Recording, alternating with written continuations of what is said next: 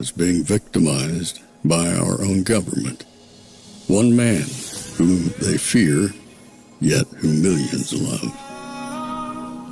One man who is willing to take the poison arrows of lawfare.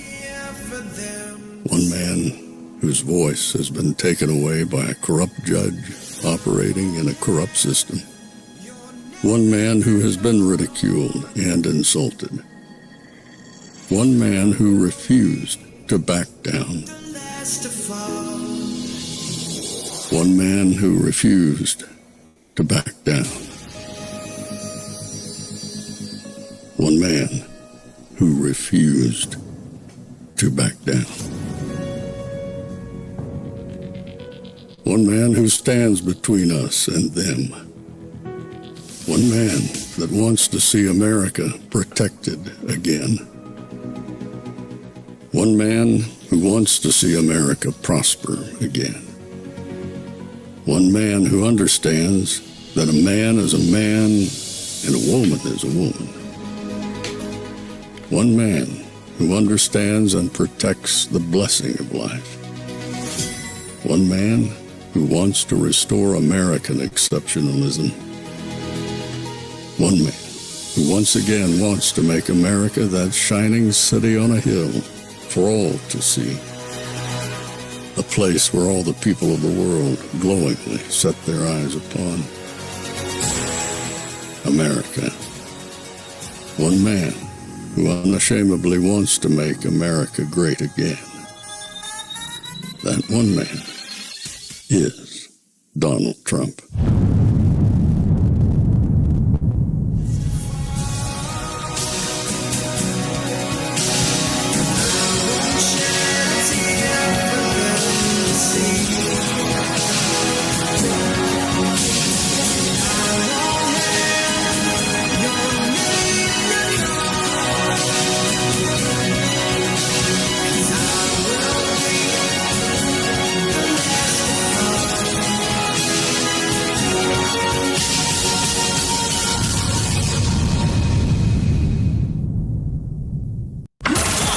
This is Fanfare with Barry Cunningham. I'm here at the airport. I'm about to board my flight for San Salvador. The goal of this mission is to let the Trump administration, to let the government of El Salvador know that we are going to keep fighting to bring Albrego Garcia home until he returns to his family. I hope to meet with representatives of the government. I hope to have the chance to actually see Kilmar and see what his condition is. But we are going to keep fighting because this is a miscarriage of justice. The Supreme Court has ruled 9-0, that he was illegally taken out of the country and put in a prison in El Salvador. And this is about due process. This is about rule of law. What bullies do is they begin by picking on the most vulnerable. But if we get rid of the rule of law and due process in the United States, it's a short road from there to tyranny. So this idiot is the senator, an elected official, this senator from the state of Maryland. I covered him a bit last night, but he was talking big about what he was going to do. Well, he actually went and did it. This idiot went and flew to El Salvador and is on his way to the prison to try and basically browbeat President Bukele into letting him see the MS-13 guy that was deported because he wants to bring him home. We're in a really bad place. As we head towards Easter, it's kind of weird at this point what we're seeing happen in America. We're seeing our government, elected government, heralding, applauding, doing everything they can. It's the top story in America right now. About bringing back to America, I'm not going to say the word home, about bringing back to America a newcomer who doesn't belong here, who has been found to be, in this gang and has done some really bad things. But the gaslighting is on overdrive right now. It's not even on second or third gear. It's in overdrive. I can't understand it. It doesn't make any sense to me. I've tried to understand it. I've tried to say, what is it about this one guy that they're doing everything they possibly can to make everyone in America understand this is the most important thing ever? And the only thing that keeps coming back to me is that if they're defeated on this and President Trump can keep the deportation train or planes or whatever going, they know they can never win again. And it's getting really, really bad because at this point, I got some things to show you because it's absolutely crazy what is happening at this point in America.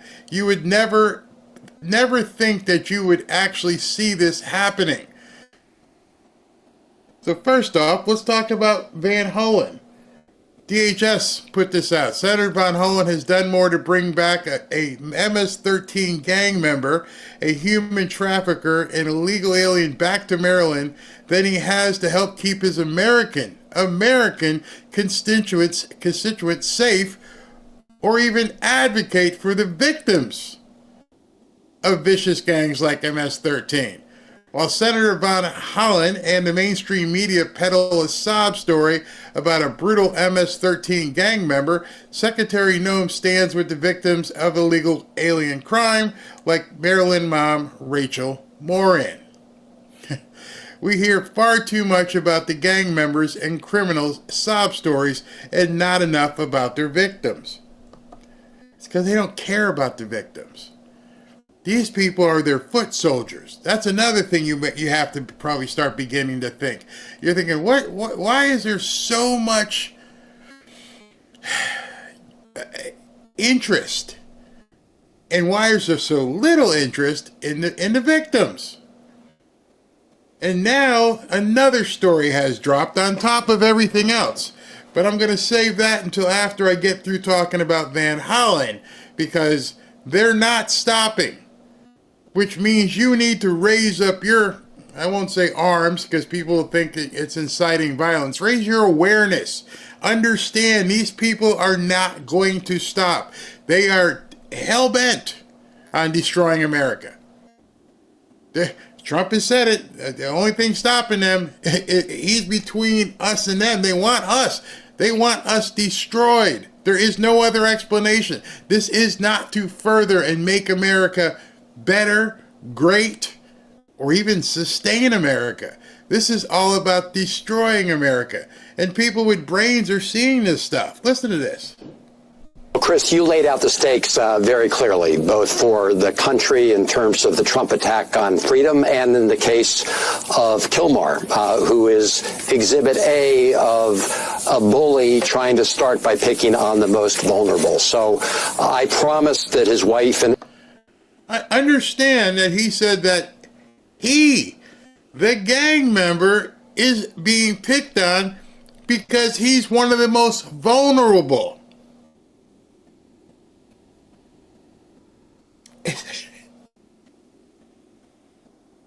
Gangs are killing people. They're doing bad things to children and women. And he's calling the gang member the most vulnerable. Let that sink in. Who's standing for the American people then? Because if he's one of the most vulnerable, am I or my wife or your family? Because that's the most vulnerable. The guy who has access to, weapons and all kinds of things, that's the most vulnerable guy. Not you, not Americans, not a woman out jogging. Not a kid out there on a baseball field or riding a bike on a trail. Not that. Those people aren't vulnerable. Those are just silly Americans that don't realize you need to stay in your home. And women, don't wear short dresses or tight shirts because these guys can't help themselves. You're not vulnerable. You're just being irresponsible. Here's the vulnerable guy. He's so vulnerable. His wife and his family, that I would do everything I could 24/7 to try to bring him home. And that's why I am going to El Salvador. 24/7. I'm doing everything I can 24/7, quote, to bring him home. 24/7 meaning I'm not doing anything else. This is my main priority. I just wonder how the people of Maryland think. There are millions of people in Maryland. Millions. And his 24/7 focus right now, nothing else. Because if you're doing something 24/7, you cannot be doing anything else. It's the only thing that's important right now. So forget America. Yeah, he's a senator in Maryland, and you just heard him say 24/7. That's all I got. This is it. This is the most important thing. No other crime in Maryland. No, nothing else going on. I think there was this bridge that fell down in Baltimore. Not fixing that, making sure there's no crime and people have food and what? 24/7. That's what my entire staff. Now imagine this: his staff. And whoever flew over to El Salvador with him, excuse me, they're all going on state money.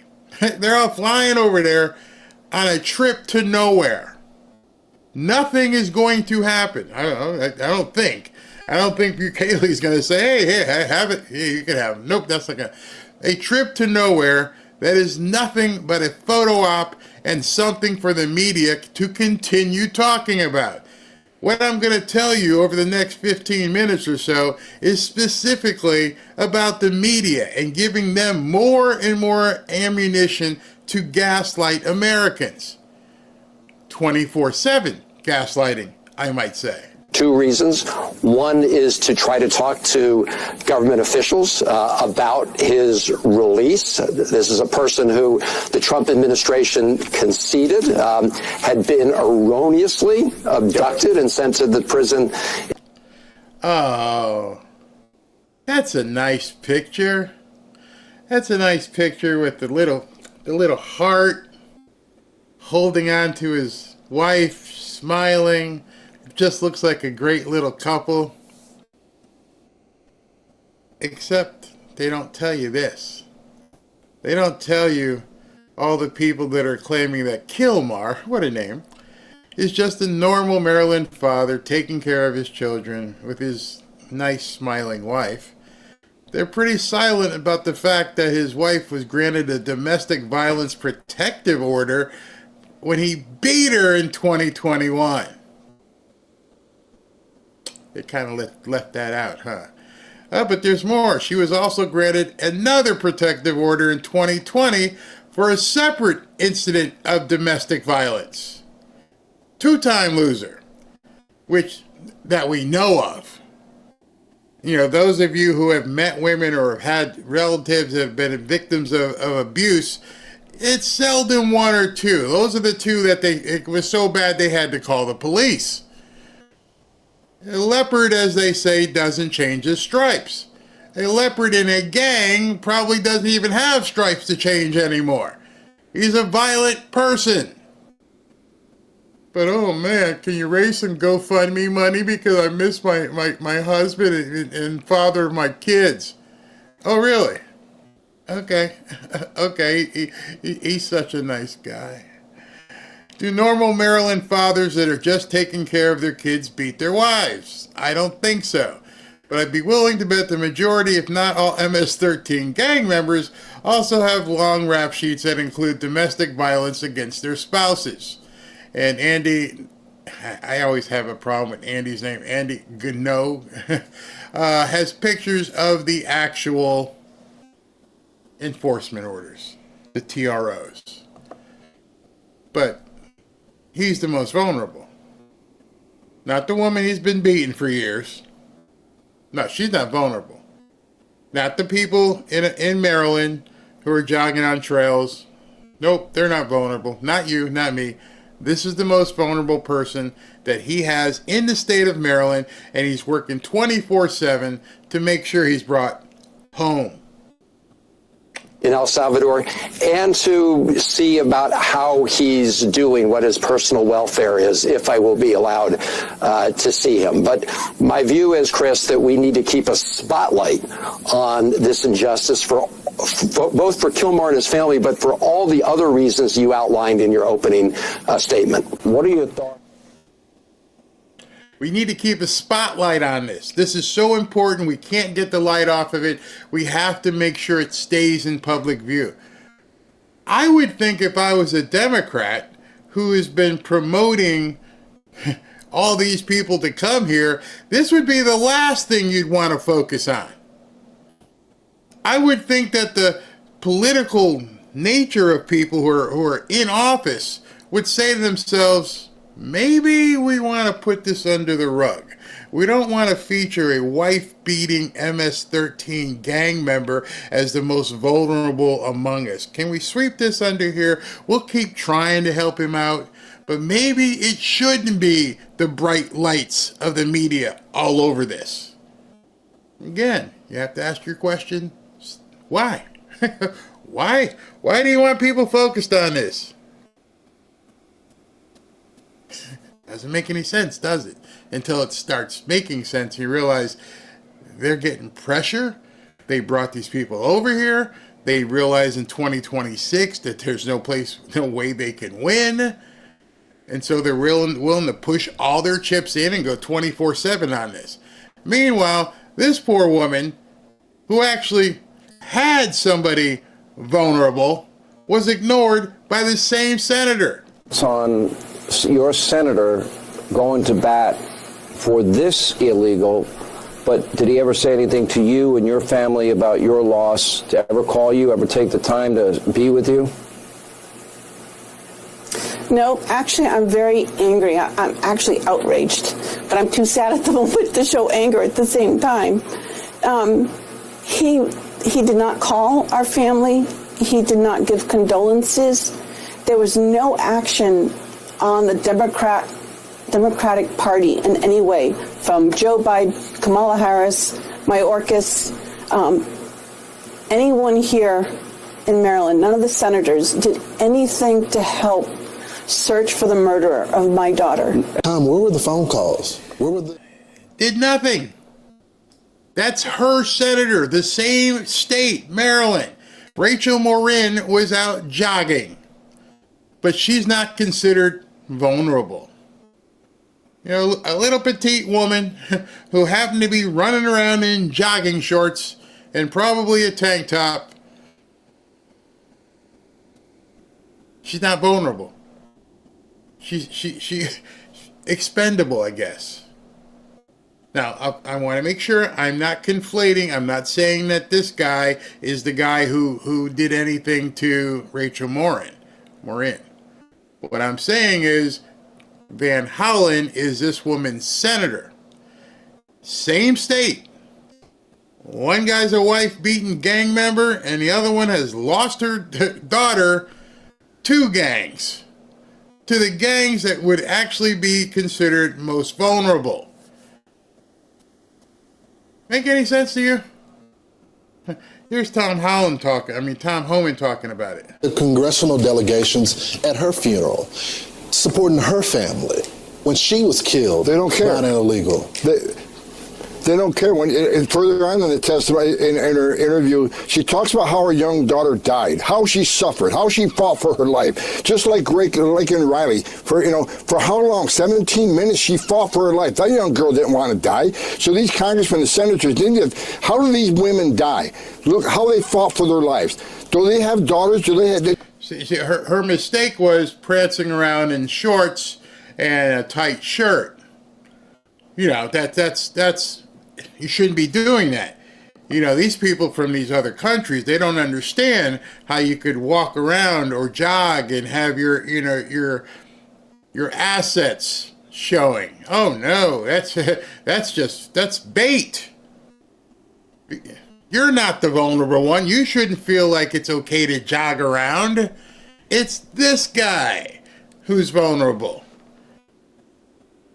Are you getting pissed off yet? do have any care at all for American citizens that are victims of these crimes. But they're loud and screaming now about this MH13 game. I mean, where were they when we had 12 million illegal aliens coming across the border? Where were they when we had a 600% increase in sex trafficking? Where were they when we had 4,000 aliens dying making this journey under Joe Biden? Where were they when 250,000 Americans dying from fentanyl? It's just ridiculous. Every day I can't believe what I'm hearing. Yesterday, I hear about a case in Washington State. 2 illegal aliens from Venezuela kidnapped and tortured and tried to kill a woman, robbed her using a power drill, torturing her and drilling through her hand. I don't know if you heard that, and I'm sorry if that was a little bit graphic, if that's the first time you heard that, but it happened. These animals took a drill.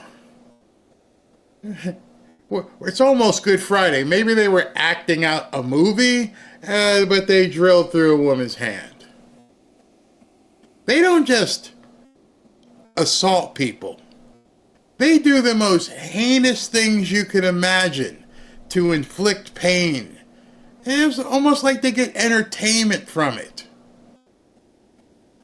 This guy's wife who got beat over and over, she's lucky. She's still here. She didn't get the full wrath. She just got the dosage.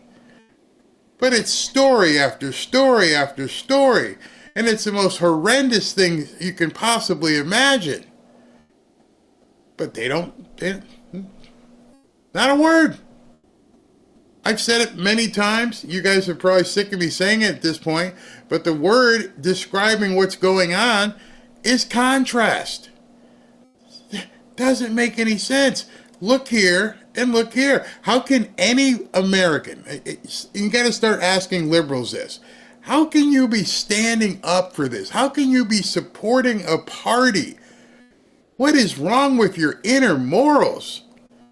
In the holiest week of the year, this being, Easter week, and Good Friday is in a couple days, there are some Democrat Christians. And I'm thinking, supposedly Joe Biden. How can this be? How can you want this for America? Hey, I said at the White House, and here are these cases of sanctuary cities not helping ICE remove public safety threats from their communities. Well, we did the right thing. It was one additional step in paperwork that needed to be taken. Now he is declared as a foreign transnational gang member. So, Bill, even if President Bukele said, we'll send him back, all that would happen is one more step in paperwork and he would go right back to El Salvador because he is an MS-13 member. ICE testified to that. There was a witness testimony. There was an immigration judge who testified in 2019. There was an appellate judge. All of these individuals and judges ruled that he was a member of MS-13. They are one of the most violent gangs. He is an illegal alien, and I'm sick of the liberal media saying that he's a Maryland man. He's not a Maryland man. He's a guy from El Salvador who's part of one of... She's wrong. I'll tell you why she's wrong. I had to pause it because they were showing those pictures in prison, and the people here don't like it, so I'm trying to break it up, but maybe they'll still catch it, but we'll see. Most violent gangs in our country. They are organized. They are committing some of the worst crimes in our country. Just right here, half an hour away from where I'm standing, we arrested a MS-13 member who was one of the top in the entire country of MS-13. And he didn't have any charges until we went in there. He had 4 guns. We charged him with the gun charges. We dropped the gun charges because we're going to send him back to where he came from, El Salvador. He is now fighting us in court not to drop the gun charges so he can stay in the state. Pretty absurd. Right. A court cannot compel them on foreign affairs matters, and they think that's... All right, so let me explain to you. When I said she's wrong, I wasn't talking about her her process. No, that's completely right. What she said is completely right. She's wrong in thinking that he would go right back. That's the wrong part. See, that video was filmed, I think, at about 8:40 this morning after her press conference. And then it happened. To prove my point that she's wrong, my basis for that is if this guy landed here, if for some reason his toes hit American soil, there are a bunch of judges at this point who would step in and make this an unbelievable issue and say, oh, no, he stays. Barry, how would you know that? Because that's what just happened. In case you guys have not seen it yet, let me be the first to break it to you. Judge Bo Asperger is targeting Trump officials with contempt charges for not halting deportation flights to El Salvador in midair.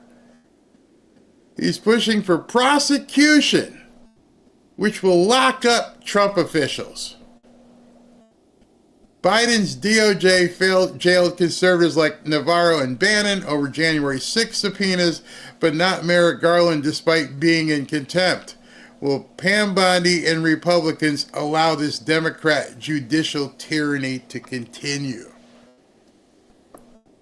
He filed contempt charges for them flying the people out of here. That literally just dropped within the last hour or so. So much so that Julie Kelly posted this, and she couldn't even contain herself. She goes, this is effing wild. Bo Asperger says the Trump admin can remedy its contempt by obeying his temporary restraining order that has already been vacated by Supreme Court. So there is no temporary restraining order, but I'll let you off the contempt charge if you do it anyway.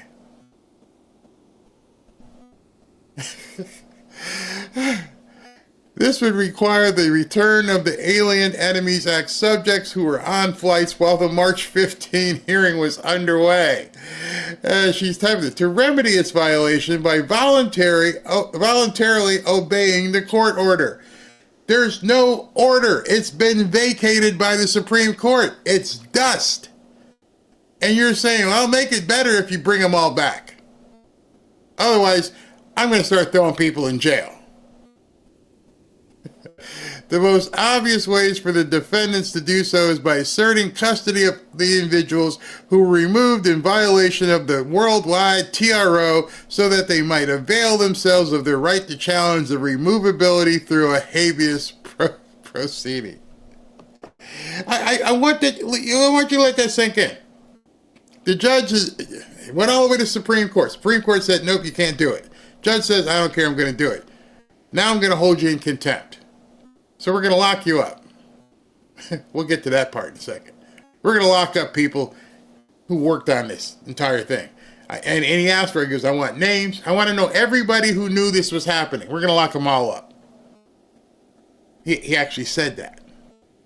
But I'll stop if you go and bring them all back, pursuant to what my previous order that no longer exists says.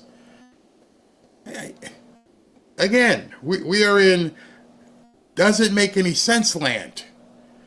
Your Honor, you don't have an order. The Supreme Court threw it out.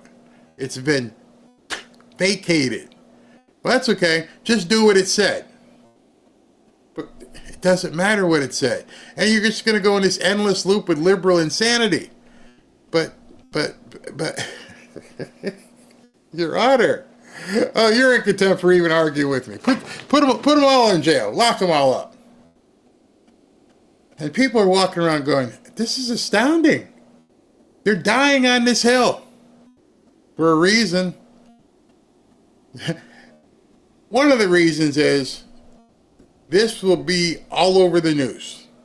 Donald Trump administration, Pam Bondi, they're all being in contempt. They're all going to go to jail because they threw out the guy who is most vulnerable in the world. Count on it. Count on it being the lead story at 6 and 11. Over and over and over again.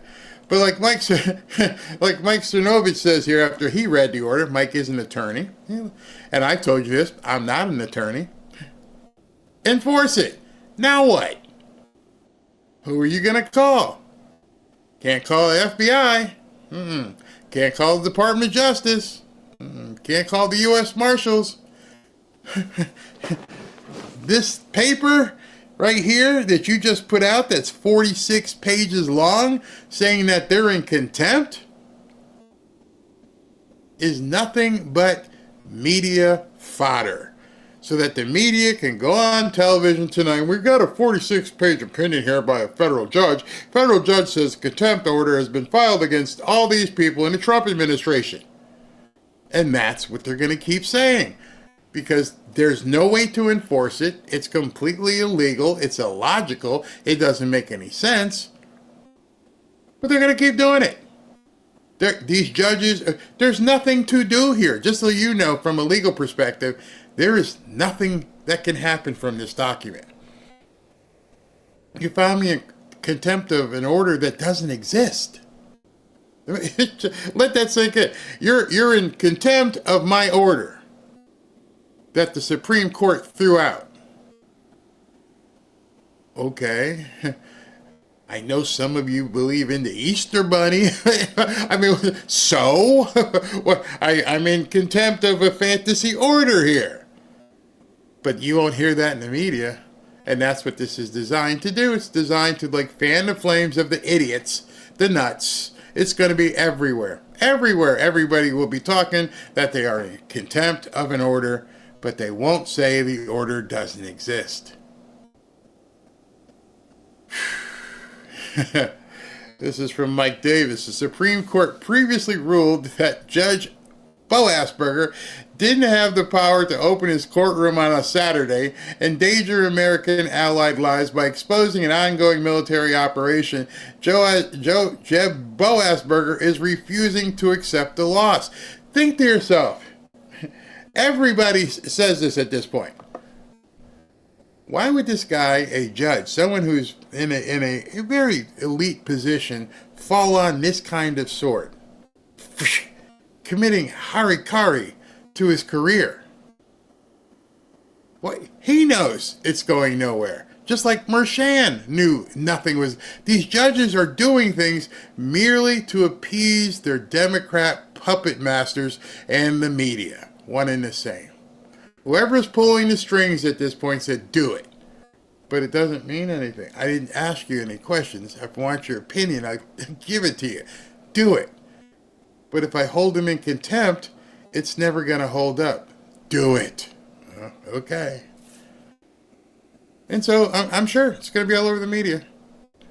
But it makes no sense whatsoever. What they got out of the Supreme Court. And B, they just very calmly lay out the facts. It was an illegal alien who came here from El Salvador. They sent him back to his country of origin. They reject the idea that he never had due process because he, in fact, did go before immigration judges. Well, those judges said he specifically couldn't go back to El Salvador. Okay. He could be deported elsewhere. Because right? why? Because why? Because he said he was in danger from a gang that hasn't been present in El Salvador for the last 5 years. There's more of them in L.A. than there is in El Salvador. All I'm saying is that's what the court said. They could have actually stripped that before they did this. They didn't do that. But the point is this, and what Hollen said is what they maintain. Okay, fine. We'll facilitate it, which means if he comes here, we'll facilitate that. And we'll facilitate it by arresting him. And one of two things will happen. We'll send him right back to El Salvador, where he came from, or some other much worse place. But there's no future where he, as an illegal immigrant with an existing deportation order, finishes out living a happy life in the United States. In their view, it's not going to happen. So the line here, they believe they're on the right side of immigration law, and they believe they're on the right side politically. Isn't it quite a thing as well? I mean, just to keep going with you here on this a little bit, okay, maybe they send him to a quote unquote worse place, but he's at risk of death in El Salvador, and he's in prison, right? They deported him to a prison, and the court keeps asking for evidence that he committed. Perhaps he is a member of MS-13, but the government hasn't been able to show that yet, right? Every time. I don't know why they keep saying that. I showed it. Do I still have it? Yeah. If you guys weren't here yesterday, I showed it. It's pretty simple. Let me show it again, because just in case people didn't see it yesterday, I had somebody on X ask me for a copy of it, and I'm like, yeah, I still have it. It's right here. I didn't do anything with it. And everybody in the media, if they wanted to do something, could see it. But they don't even look, and they just keep going on television and telling lies. Here it is, right here. This is the judgment. This is the judgment that this guy has been in prison on. Hold on, let me just do it this way so I can show it to you. And we can blow it up and look at it. It won't let me blow it up. But anyway, here it is. It's right there.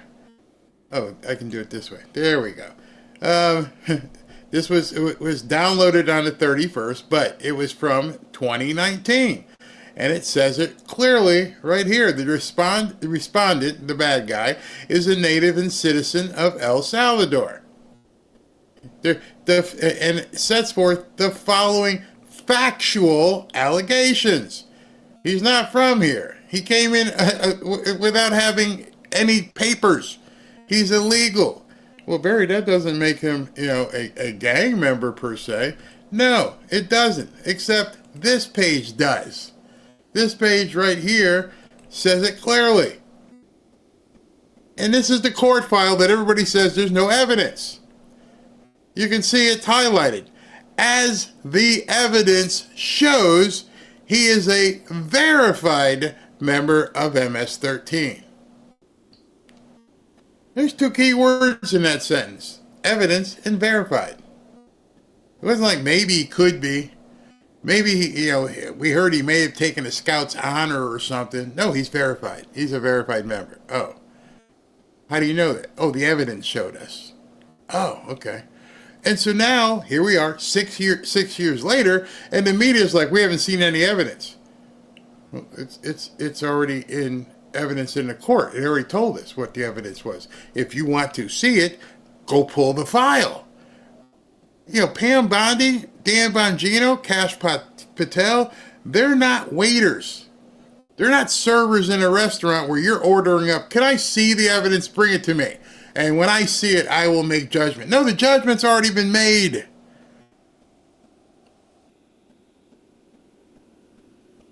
And so they just keep saying this stuff. And if it seems a little bit repetitive, I want you to know so that when you talk to people, you can actually tell them what's actually true. Judges ask for evidence. No one has been able to actually provide it. It's just kind of a lot of, So again, no, I don't know. It's just a lot of, no, I don't know what the hell you're talking about. The Americans don't know what you're talking about. We've seen the actual court filing. It had citations in it and everything. And I'm sure in that file, based on that case number, just like with any other case, you could look up the evidence. What do you mean nobody has shown it to you? Who the hell are you? You're some head on CNN. I didn't know you had a magistrate position or something. Jeez. And when you take this to its logical conclusion, when the president is now saying, well, homegrown criminals, this idea that you're going to take people and just send them to a prison overseas? Well, what he said yesterday was, we're looking into the legality of it. He said, we're looking into the laws. Pam Bondi is looking into it. So it was a non-definitive statement. But the point they're making, the political point they're making, is quite clear. If you're a violent person, if you've broken our immigration laws, we're here to keep Americans safe. And our opposition is apparently currently organizing congressional delegations to go to El Salvador to try to bring illegal aliens back to the United States. It's politically crazy. God, he has not been criminally charged. So? What about due process? That is a constitutional right that anyone in this country has. If you want to die on this hill, be my guest. It's political. What do you mean due process? He had due process.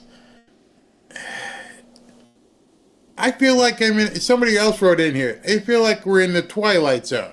Well, there's due process. It hasn't been, no one's charged him with anything. And I'm thinking to myself, what is going on? I know we're in Easter week, but is the devil just completely blinding these people? Are they all stupid? Is the mantra just going around where they can just say whatever they want and they expect people to listen to this crap? And it makes you look in the mirror and go, is this real? Am I awake? Did I drop into some Alice in Wonderland hole where this stuff is going on and it's making you question your own sanity because you can see it in black and white? And you turn on the TV and you hear these people like, what are you talking about? And all of a sudden, they're standing here with signs again. fascism. Bring Kilmar home. These people don't even know who the hell Kilmar is. And they're out there with signs, bring Kilmar home. How about protect Rachel Morin? How about protect Lincoln Riley? We're actually cheering for killers. I don't understand it. Make it stop. Malpractice. To send Democrat members of Congress to El Salvador to retrieve illegal aliens? It's his senator from his state. He's from the state of Maryland. He lives in the state of Salvador. Who's the senator? He lives in... Senator Van Hollen. Okay. I'm going to take a few comments here because we need to take a break here because there's more. I got more. Oh, God, make it make sense. Cheryl, I don't know. We are in romper room. I could explain this to my dog and he would understand. Oops, I hit the wrong button. Wait a minute, why did that come on? I didn't hit that. I hit this. Is that not working right? Did I click the wrong button? Oh my goodness, what is going on here? Oh man, my comment thing is missing. You guys had some good comments. What the heck happened here? Where it was number 24. Where's number 24? I guess I can do it this way. Yeah. All right, Dan, bring the hammer down. This is weird. I'm clicking the button to bring in comments and it's clicking to the wrong thing, so I've got an error someplace. But you guys can see each other's comments, so I don't know how that is happening. But yes, this is crazy. It is absolutely crazy at this point. What is going on? Maybe, hold on, let me make sure that I don't have the wrong thing. Yep, hold on, it was me. My bad. Hold on. Okay. Now we should be better. Here. Here we go. I'm so sick of hearing it every day, every channel. You know why they keep talking crap? Because people keep showing it. They keep showing it is the question. Or actually, you would see the Jeopardy question. But why are they keep showing it? Why is this the #1 story on all the media? It's not because people keep showing it. You see, what's happening, and it's pretty simple for me now at this point. We're watching a grand psyop happen right before our eyes. And the reason why I talk about it is because you need to not be able to fall for the psyop. And hopefully you can talk to other people and don't let them fall for the psyop. Reason being, the dark place that we are in America at this point is going to be problematic moving forward, because now it's almost like, again, I thought we were past this, but they're back to it, almost hurtling towards a civil war. When you got judges, now media's always been crazy. The live nuts with the blue hair, they're crazy. But now you seriously have judges who are completely the people who need to make the most sense in our country are judges. When you go before a judge, you're hoping that this judge has the innate ability to reason, to look at this and look at this and make the sense of it. And now we're seeing these people who are on these benches across the country seemingly have an agenda to destroy America. Imagine if you were in a lawsuit. I mean, this isn't the only case that Judge Boasberger is presiding on. He's presiding on many cases. Would you trust his judgment at this point? So the ramifications of this are wide-ranging and basically country-destroying.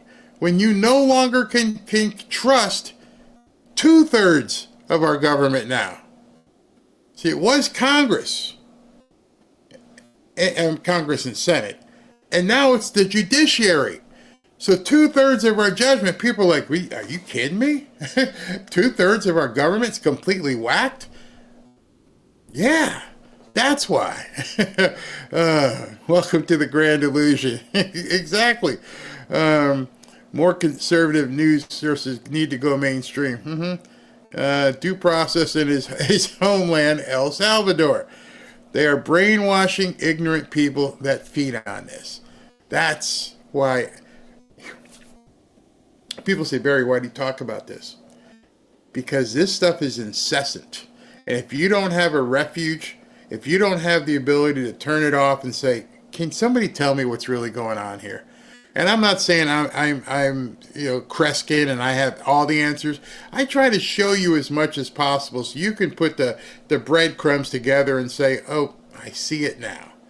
Because the alternative is nobody talks to you or says anything about this, and then you end up falling prey to it.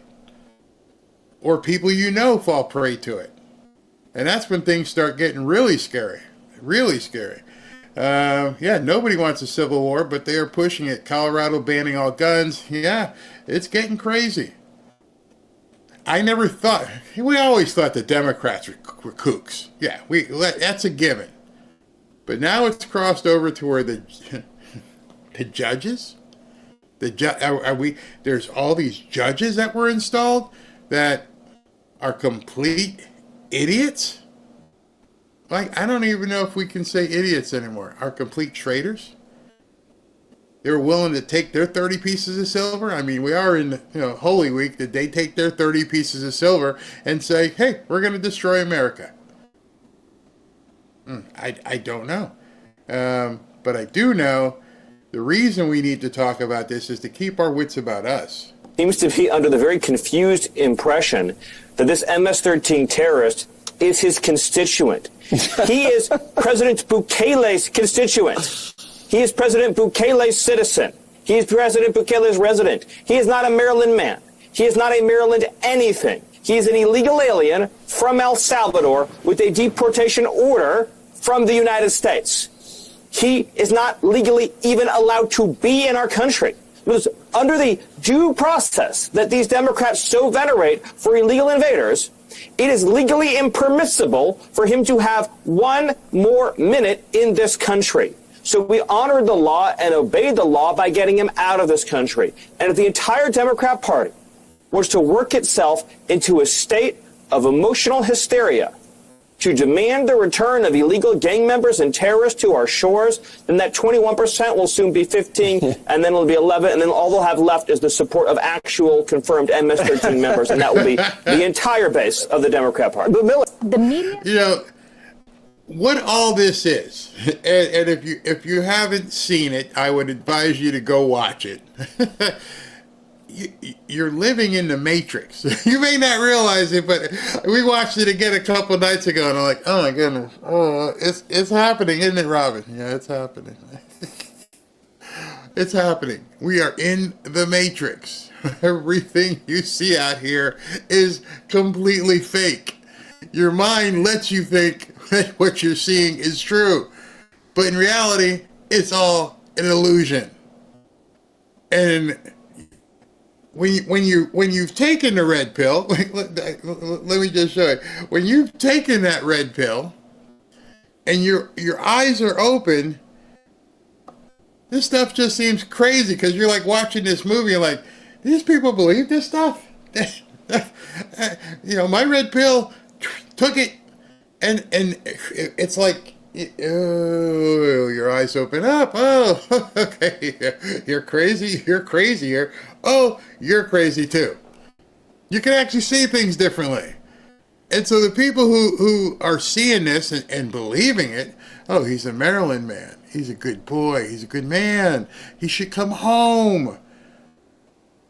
You just want to take him and go, wake up. And so I'm just encouraging all of you who haven't taken it yet.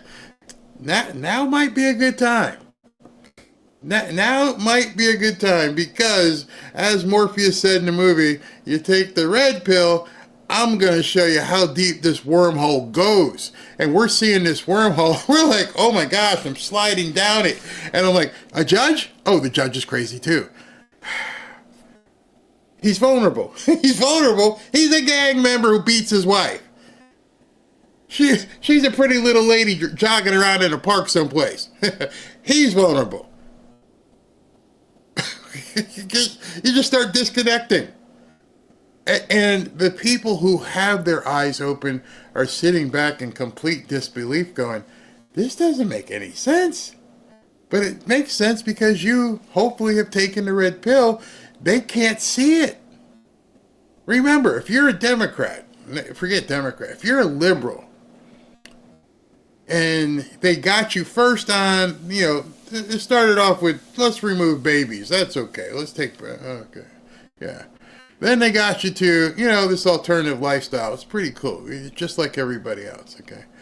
Then, I forget the sequence in here, but somehow then they turned into NAMBLA. Oh, yeah, man-boy love. Oh, yeah, that's Then they started changing words to pronouns and stuff like that. Then they started putting on masks, and they were barking like dogs and telling you it's okay. Then they just completely decided to change everything and cross over and tell you, this is all normal. I was Shirley, now I'm Sam. And if you don't have that red pill, you're falling for every single bit of it. If you're not taking that red pill and have clarity, you've been just completely, because everything I just said, they find to be normal. There is nothing in what I just said that they don't believe is completely normal. Imagine if you're the puppeteer, whoever the puppeteers are. Imagine you're the puppeteer, and there's a group of you, and you say, hey, listen, do you think we could convince these people that boys are girls and girls are boys? You think we can if we get there, if we get over that hump, to get them to realize there's no difference, and you can wake up tomorrow and be whatever you want. If we get to that point, they'll believe everything, okay? So at this point, nothing should shock you anymore. They got to that state, and they were able to convince way too many people that what you were born as doesn't matter anymore. You can decide to wake up today and go, you know what?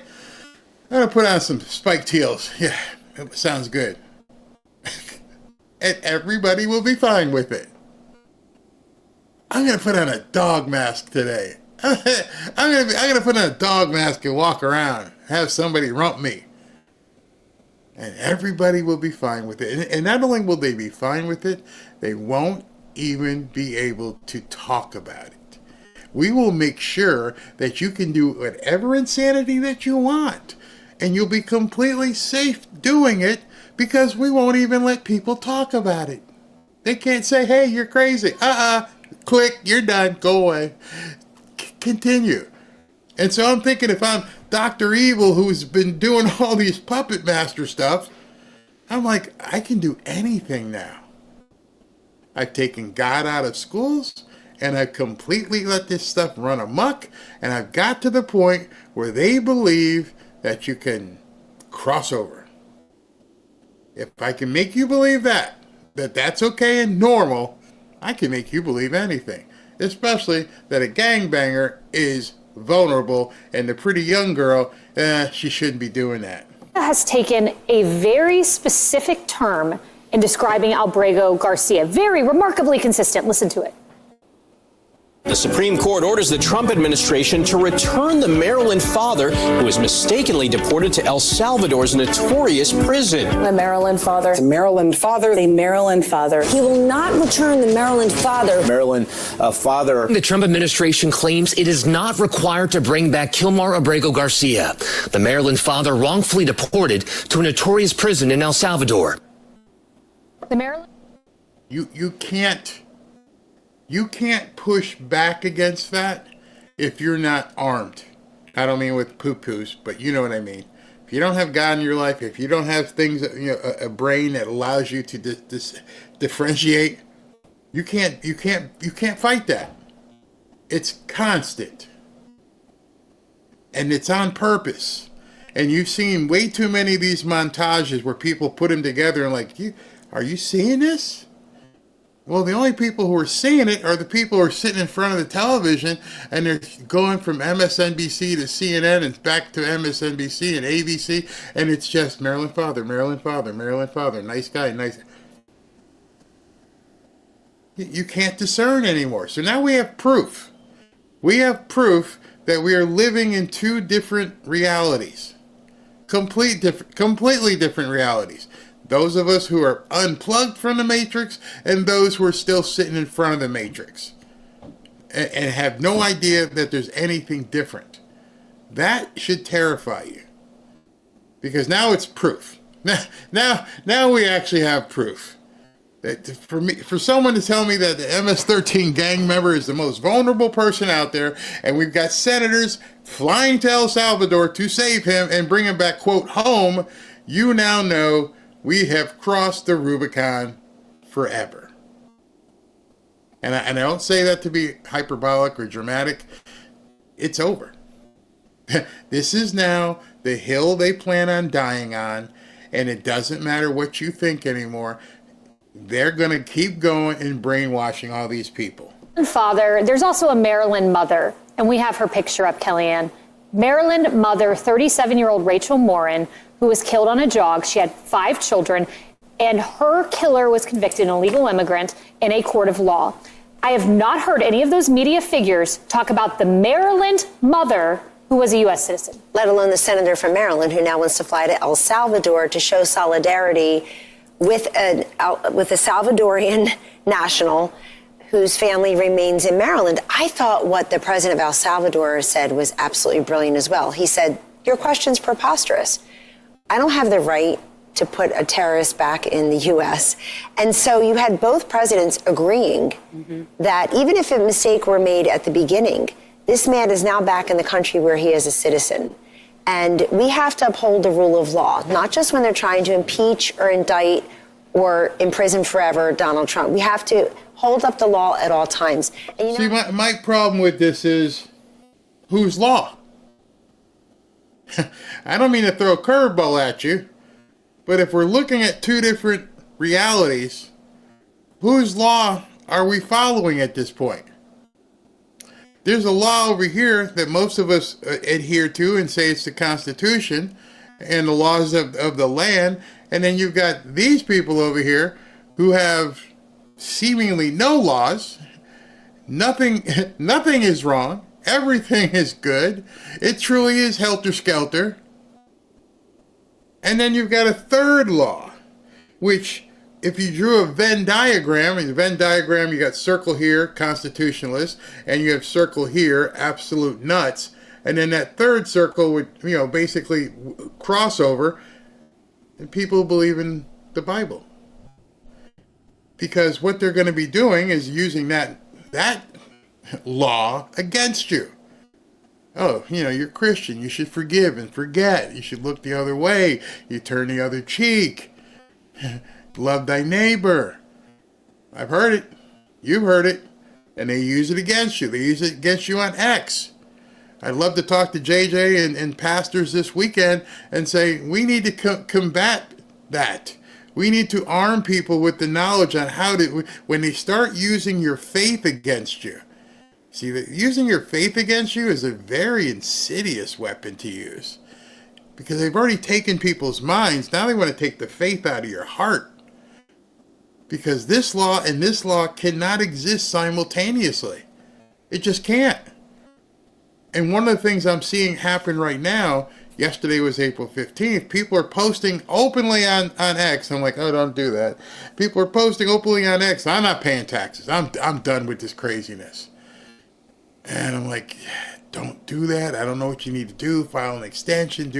Don't give these people reason to come after you. Because they're not listening to Trump. You saw what happened with Pete Hegseth. They're starting to find out who these people were who were embedded, who were leaking things to the media. We're in a civil war. If Dan Bongino needs 20 people to guard him, 20. If he needs a security staff of 20 people, we're already in a civil war. You have to admit that. I could see, of course, the president. I could see the vice president. But if you're telling me my deputy director of the FBI needs 20 people, you're telling me there's people out there trying to take people down in even those positions. So I don't know where we go from here, but it's not a good place. They don't want your world to exist. Everything that you hold dear, they don't want you to have property. They're crossing off X's and doing all kinds of things on cyber trucks and burning up dealerships. Personal property means nothing. You'll own nothing and be happy. They want you to take things in your arm. Do it, or you'll get fired. Don't talk. If you talk, we'll turn off your YouTube channel, or we'll do this or do that. These two realities cannot exist. And we're coming to a crossroads very quickly, but Judge Bo Asperger is pushing us to that point. You have to see that when he's telling everyone's talking about the constitutional crisis they think that Trump put us in. What kind of constitutional crisis is it when a judge says you have to follow my order that the Supreme Court already vacated? Anybody talking about that constitutional crisis? Nobody. I haven't seen a single story. Hey, we're at a constitutional crisis. Judge is now holding people in contempt for an order that doesn't exist. That's the very definition of a constitutional crisis. Anybody talking about that? You know why? Because it's only their laws. They don't care what you believe. Kaylee, I've about had it up to here. In the age of Trump, the media pretend they're trying to get the story. They're always trying to get the president and his advisors, and it's them who's been had. I am so sick and tired of these Democrats now sticking up for other people's citizens, putting America last. They're pro-China. They're pro-El Salvador, MS-13 gang member. They have never said the words Jocelyn Nagorny or even describe her. A 2-hour rape victim under a bridge by two people who should not have been here. Had they said Laken Riley? I went and looked it up. Has Hakeem Jeffries said her name? The answer is no.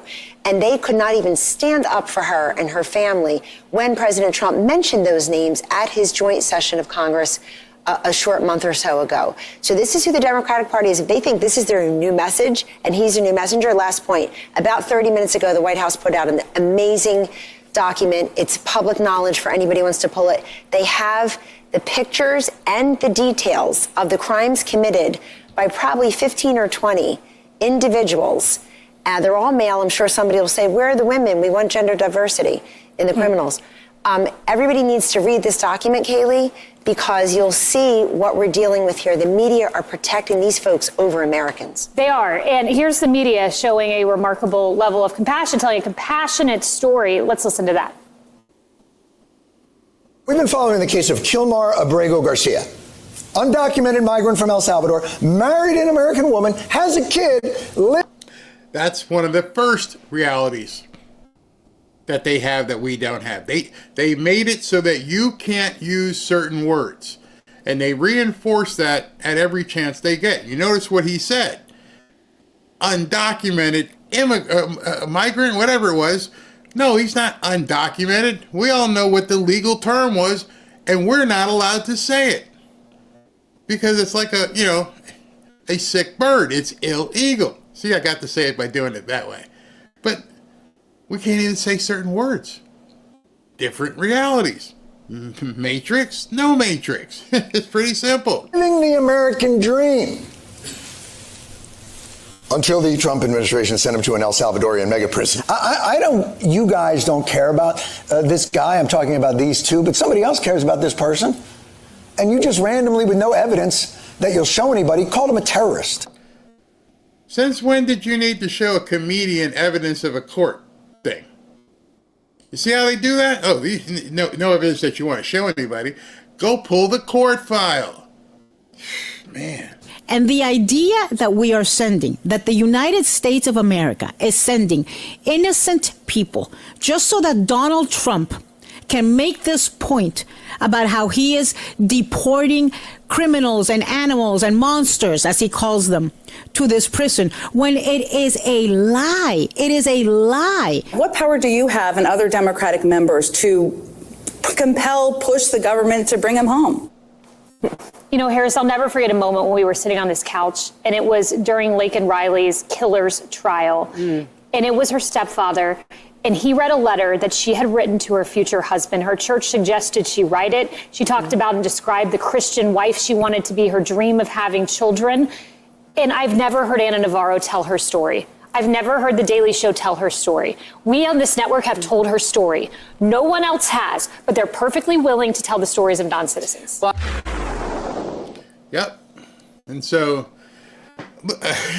I can't make any sense of it other than want to make sure you guys understand what you're being subjected to.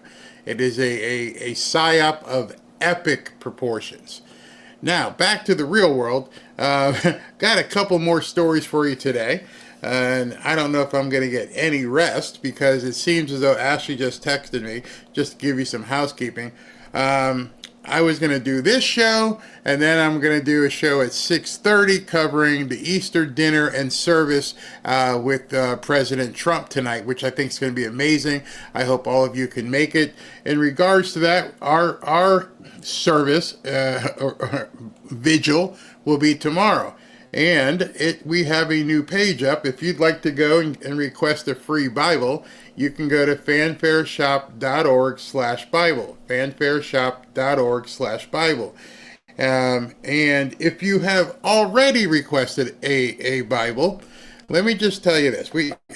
It's very hard just by a text or an email. So even if you've requested, if you have not received yours, what I'd like you to do is, number one, forgive us. And number two, go to this page, because on that page, right then and there, I don't have to email you back. Ashley doesn't have to email you. If you go there, and if you put in, I'd like a Bible, it has all the shipping information right there. So to say, here's my phone number, here's my address, Barry, you no longer have any excuse saying you didn't see the email or anything like that. So again, if you'd like a free Bible, go to fanfareshop.org/Bible, and you should see a form there. I got that up and working this afternoon. And you can, even if, I'm telling you right now, even if you have sent Ashley an email or me an email, please go to that page. It'll make things so much easier. It's going to make the shipping, the delivery, everything. It's pretty much automated, and it would really help us. So anyway, we've got Trump's holiday Easter service and dinner tonight that we're going to be covering. And then we're going to have our prayer night tomorrow at 7. And then Ashley just texted me in between this show and the Easter dinner show tonight, which I think they're also doing another one on Thursday. But in between, Karoline Leavitt just said that she's hosting a press conference at 4:30 with a, quote, special guest. One can only imagine who that special guest is. I am thinking it's none other than Mr. Donald Trump himself. So we're going to get this done, and then we're going to stop. And then we're going to come back at 4:30, or if I'm not done with this, then we'll just keep going, I guess. But I'm going to need to get something to eat or anything. So I'll be right back.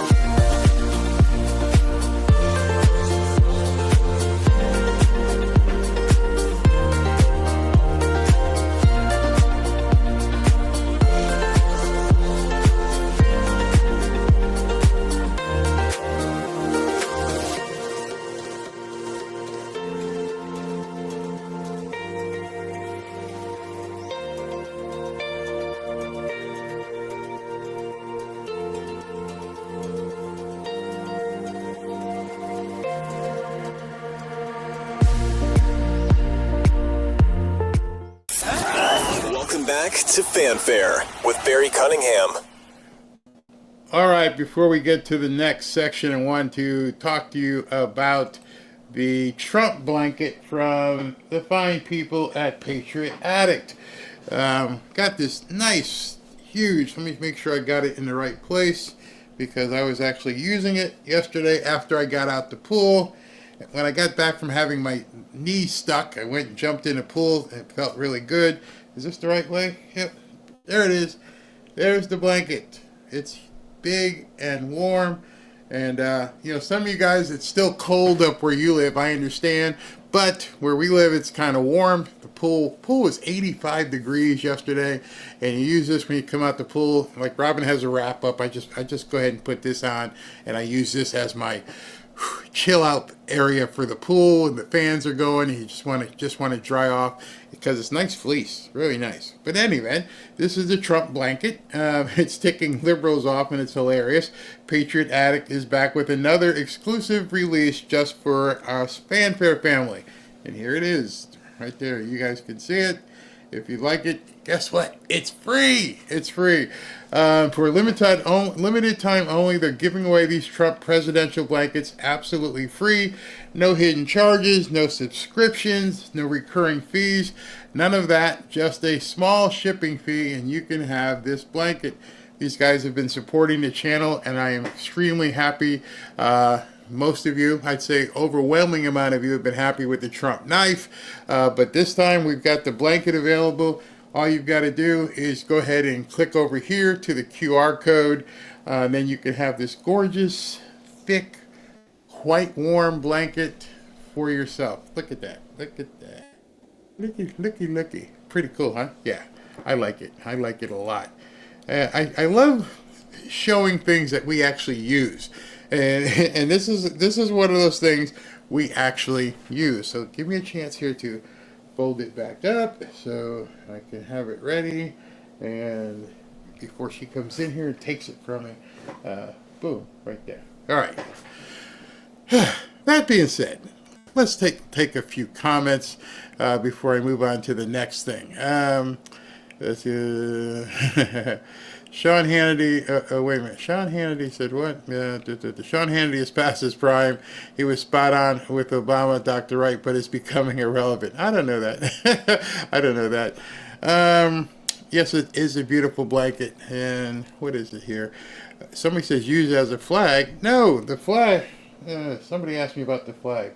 The flag is different. This is the flag.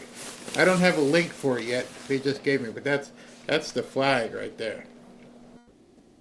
And it's got the grommets on the side, but they shipped it to me, but they haven't given me the link for it yet. So as soon as they do that, I will put it up. All right. So again, if you want a free Bible, go to fanfareshop.org/Bible, and you can grab it there. And let's continue. So what I want to tell you now is what should be, in no uncertain terms, this should be the #1 story in America. But for some reason, well, we probably know what the reason is, but this should be the #1 story. There's news here in New York that deals with Letitia James, who tried to prosecute the now President Trump in his second term. I just want to read a couple things. Criminal referral, then a response from James's office here in New York. James, for both properties listed above, this deals with real estate now, going back decades, really, appears to have falsified records in order to meet certain lending requirements and receive favorable loan terms, all right? Her office responded by saying the AG James is focused every single day on protecting New Yorkers. Specialist administration weaponizes the federal government against the rule of law and the Constitution. She will not be intimidated by bullies, no matter who they are. The issue here is what property she owned and whether or not she owned it, whether or not she was married, and whether or not her father was involved in all this. Without going into the weeds of the details, this stems from a case in 1983 and the year 2000. That's a minimum of 25 years. Someone had to do some digging to find this. Am I right about that? Yeah. Wink, wink, someone. Well, think about it. Bill, come on, you're on Fox. You thinking someone had to do some digging? And given those dates, do you think maybe that someone knew this for some time, that someone who did some digging or had someone do some digging already had that in his back pocket some time ago? Come on, Bill. Come on. Bill, the most I know about the case, I just learned from you. I saw it on breaking news this morning. This case was sent to us from Bill Pulte. We have not seen it. I inquired right before I walked out here. No one in my office has read it yet. We haven't looked at it. Of course, we'll. All right. So before we get the people who say, Pam Bondi, how could you not know about this? Why haven't you looked into it? She's playing the game right here. Okay? She can't be part of this. Remember, you can't go investigating somebody without having previous, or what they call prima facie evidence. You just can't decide to go looking in someone's background. So now what has happened, looking at the process, hey, I haven't seen anything yet. I don't know what you're talking about. Okay. Because the process is she wouldn't have seen it yet. So she can't admit to having seen it. Although we know she's seen it. So what happened is somebody, winkety wink, looked all this stuff up. That somebody made a big stink about it on X. That somebody, and then Roger Stone and some other people picked up on it. And it started, doing what things do once they get published. And people further it and they share it. And it caught the eye of Bill Pulte. And Bill Pulte is now running the Federal Housing Finance Association for the government, for the Trump administration. He then sees and goes, hey, there's some smoke in this fire here. It's not my job to do the investigation. What I need you to do is let's go ahead and package what we have been told and what we have found, and we'll give it to the Department of Justice. So it has now gone through the process. And it has landed in her office, not yet on her desk, she's saying. Okay? Just understand that's how it works. Be reviewing it. You just told me more than I've heard about it so far. Hey, we aim to please with some breaking news of our own. Indeed. All right. Attorney. Well, obviously. All right. So now this thing has fallen on her desk. I want to show you something. This popped up in the New York Post. The New York Post covered it. And the New York Post came up with an article, and it says, Trump administration refers Letitia James for potential prosecution over alleged mortgage fraud. You notice how many times they tried to do some disclaimers there so they don't get in trouble. Potential prosecution, alleged mortgage fraud. Okay. And then from the article, it goes on to say in here, Letitia James, who infamously declared that no one is above the law, and it goes through the entire thing and how she prosecuted Trump and all the other things. But what was most important was the follow-up article. The follow-up article really does some damage to her. There's some pictures in here where she tried to do the whole Gavin Newsom thing, where she pretended she was on the phone. Yeah, I'm on the phone. I can't talk to you. This is a woman who never ran away from a microphone ever in her life. She couldn't wait to go up and talk crap about President Trump as often as she possibly could. And now all of a sudden, I'm on the phone. I can't talk right now. The reporters were staked out in front of her house where she would normally just run out there and talk to them and say whatever she possibly could about President Trump. But now, I got nothing to say. Why is that? Why is that, Big Letty? Why you got nothing to say? And she wouldn't talk. And it says here, according to a letter, she had an annual salary of $220,000, allegedly falsified records to get sweetheart loans for a property in Virginia, which she claimed to be her principal primary residence. $220,000. And then down here is the actual document. And we can actually see what was filed, and it just says, as you can see here, in the course of exercising our, we just happened to find it. We just found it. It just fell on our desk. Based on media reports, Ms. James has in multiple instances falsified bank documents and property records to acquire government-backed assisted loans. Big Letty's cooked. Let's just say that Big Letty is cooked. Yesterday I couldn't show it because I couldn't blow it up, but now I got it in big. You can see it here. All right, here's the criminal referral right there. On August 17th, Ms. James granted Shanice Thompson Hairston power of attorney to make the Virginia property her, quote, principal residence under Exhibit A. And on August 30th, through attorney, Ms. James purchased the property in Norfolk in a Fannie Mae Freddie Mac Form 3047. So she took out a Fannie Mae loan. That, for those of you who don't know, that's a government loan. She didn't go through a private mortgage company. She's cooked. And here it is. In fact, the building permit issued on her New York property, she lists as the James residence. They've got all this stuff on January 20. I mean, just go. Conforming loans where Fannie Mae and Freddie Mac have favorable rates and terms. And it goes through the entire. I mean, this guy is thorough. And there are fortunately too many examples of individuals who committed fraud or mortgage fraud. Just last year, a federal jury convicted Marilyn Mosby of Baltimore, Maryland, on the federal charge of making a false mortgage application when she was the Baltimore City state's attorney. So these attorneys in these blue areas just do what they want. They never think they're going to get caught. Just last week, after the hard work of our agency, a St. Louis man pled guilty to fraudulently obtaining home mortgages. As always, we look forward to cooperating and putting this big Letty chick in jail. Wow. The irony is perfectly crushing. This is a person who prosecuted Trump for everything short of ripping a label off a mattress. And among the charges that were brought in New York, in not just the civil but the criminal case, was making false or misleading statements to financial institutions. And one of these sections, Section 1014 of the federal code, is prosecuted. It took me about 60 seconds of a search to find cases that the Department of Justice brought against people who falsely claimed that property was their principal residence in order to get loans.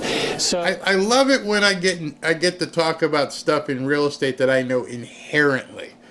And I got some things that I'm going to show you after Mr. Turley's done talking, because I don't see there's any way out of it. There's a lot of people who are on X going, here's another one. Nothing's going to happen.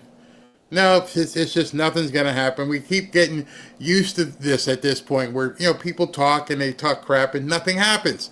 This one is going to be very, very, very hard for her to get out of, because most of the other things that we see with politicians doing bad things, it's very hard to prove. They use shell companies. They have all kinds of different things to get out of it. Mortgages are very, very hard to get out of. Mortgage fraud, that is.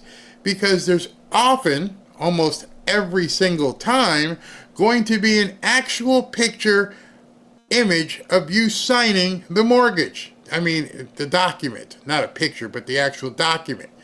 And so your only defense at this point is I didn't sign it. That's all she can say. I didn't sign it. You can't say I did it by mistake, because ignorance, especially if you're an attorney general of a state, you can't say I didn't know. Oh, I'm sorry, my mortgage broker didn't tell me I couldn't do this. I didn't know it was against the law. Ain't gonna work, and especially not gonna work for Big Letty. This is well-tread areas for the Justice Department. As for James, if we apply the Letitia James standard that she created, there'd be little question here. This seems pretty straightforward. What the administration is saying is this was not her principal residence. In fact, as a New York elected official, she had to say that her principal residence was in New York. This was an out-of-state residence.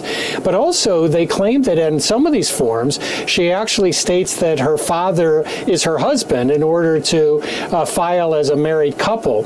So there's a lot of those questions. And as you know... Because you know she ain't married, right? Yeah. Woo. Yeah. Big Letty.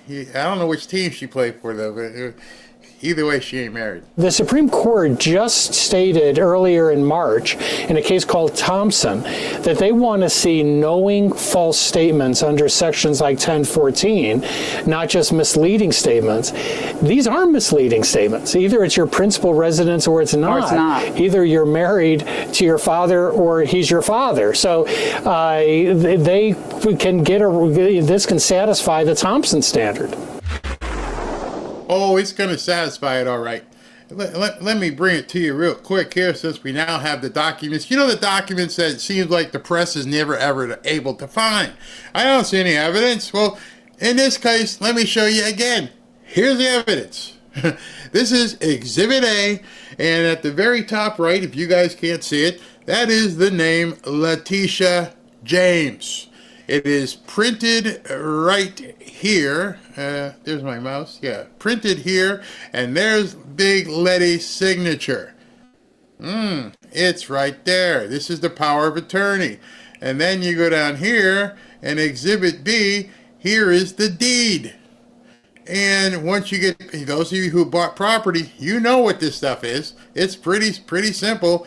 And then we're going to see the mortgage in a second. The mortgage is going to have her signature on it probably as well. And it's down here. All right, so there's Exhibit C, Certificate of Occupancy. It was supposed to be a 4-family dwelling, and there's 5. That's, again, she's in big trouble.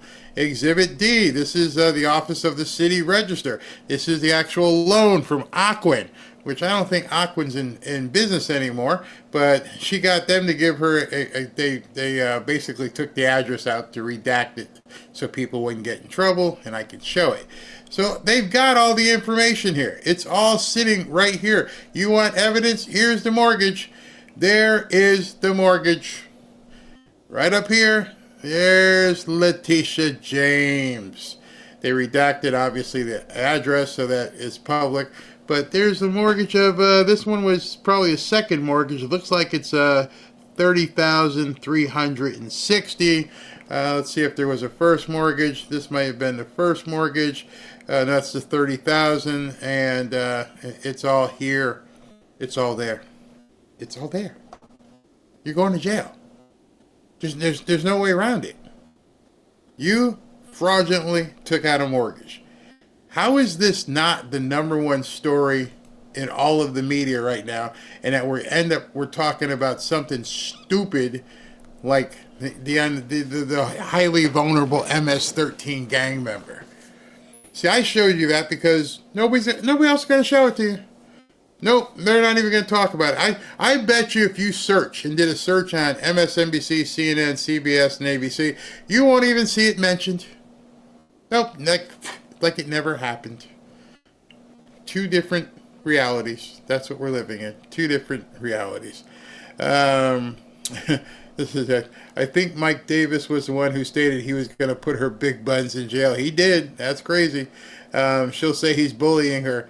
At some point, people, again, different realities. Oh, we're being bullied.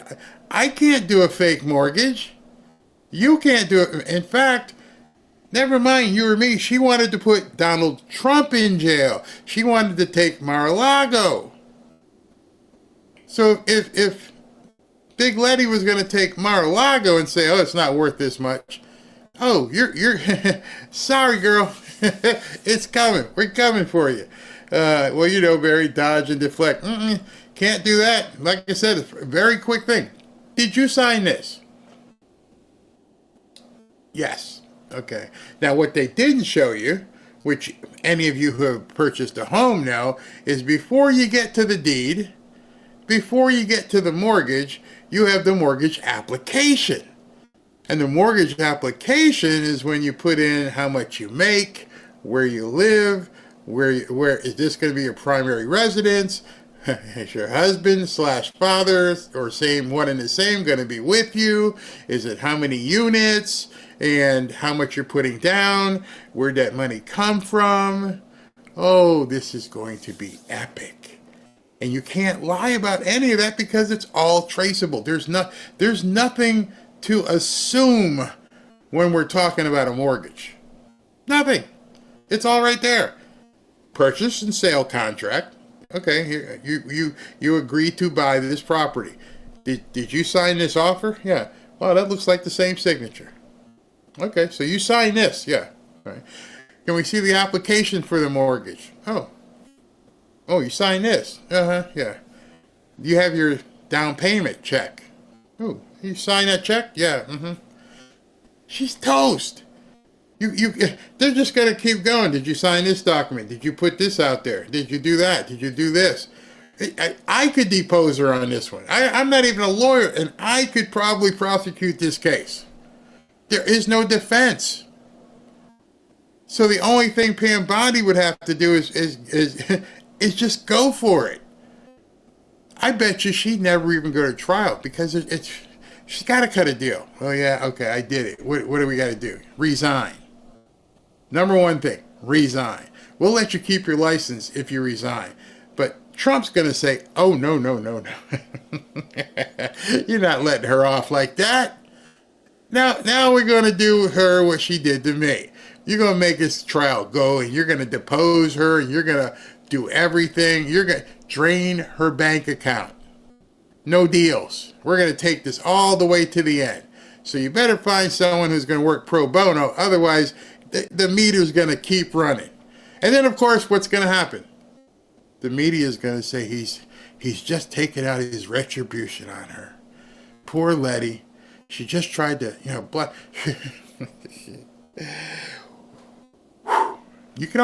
going to write the television for the CNN people right now. Trump is going after his political opponent, who happens to be black, who happens to be a woman, who may play on one of the different teams, instead of talking about the crime. That's how these scumbags do it. Resign. Nobody is above the law. Exactly. This is how she knew what to do with Trump. Accuse your enemy of what you're doing yourself. Absolutely. Is that Ashley? No. She should get what anyone else would get. Yeah. Look up how, I think Marilyn Mosby, who they referenced in the letter, I think she actually went to jail as well. I mean, I don't think you go to jail too long, but still, nonetheless, you're done. You're an attorney. You're done. And it's that's the word, felonious. It is a federal felony. Toast. Done. You can't go. Yeah, federal loan equals federal charges. Yep. Tell me they didn't know this. Tell me when he was sitting in court every single day, he was like, I just can't wait. She don't even know. Don't mess with somebody like that. He's got way too many connections. It was funny listening to Bill Hemmer. Yeah, this looks like it went back. But the statute of limitations didn't expire, right? No, okay. Just happened to come up now, right before the statute of limitations expires. Don't tell me they didn't know. Don't tell me they didn't have that in their back pocket. Just waiting. Just waiting. She deserves it. The rest of them deserve it. I don't even care at this point. All right, so let me go into this next section so I can get out of here in case I got to come back here at 4:30. If not, we're definitely doing 6:30. All right. Changeover. What I think the Democrats fear the most out of Trump and you, I think they fear prosperity. I think they fear people being, no longer dependent upon the government. The Democrats only exist because they turn people into wards of the state. If you have to depend on the government for your job, if you have to depend on the government for other income and SNAP benefits and everything else, if you have to depend, then the government's your daddy. The government at that point is nothing more than taking the place of someone who's taking care of you. And so you never hear any Democrat, any of them, preach prosperity. And I'm not talking like Joel Osteen preaching prosperity. I'm saying we want to see all of Americans prosper. We'd love to see you all be self-sufficient. Get off of EBT. Let's do away with welfare. Let's do everything we possibly can to get you off of welfare, off of EBT, off of free cell phones, off of... No, they never say that. In fact, everything that Bernie and AOC are out there saying right now, in addition to trashing Trump, is what else can we give you? And what can we take from rich people? And what can we take from hardworking people to make sure your lives are easier? And now you're seeing the PSYOP in full motion. And you can tell that from the last 30, 40, 50 years, that's been what they've tried to do. Get these people to be in the Matrix. If you've seen the movie, you know exactly what I'm talking about. Don't question anything. Just let Big Daddy government take care of you. So that's what they fear the most about MAGA. That's what they fear with Trump, is everything he's doing to, as you see right now, isolate China and make sure that our economy is strong for everybody. But some of these people don't want to work. See, that's the other part. I talked the other night about the participation trophy and not having to have any ambition. They've wrung it out of people. You don't need to do anything but sit there and eat bonbons and watch, Oprah's not on anymore. Whatever, MTV Cribs, if that's even on. I don't even know because I don't watch that crap. But they do. These idiots do. And so the prosperity of it is dangerous to them. Everything that Trump's doing with the tariffs, that's what they're afraid of. If he makes Americans self-sufficient, too many of us self-sufficient, they got a big problem. They don't have a party. And that's why right now they're losing so much of the younger people vote. It's amazing. It worked in this group, but now the youth down here are like, no, man, I want that. I want something. I don't know how it happened. Maybe because they've seen Trump. But I'm watching like the younger podcasters and what they're talking about. Check this out. What they said is there's going to be these price shocks. You're right. So year one is difficult, okay? But it could raise upwards of $750 billion a year, okay? You're saying tariffs. Tariffs. What they said that they would do is they would then turn around and cut the federal income tax.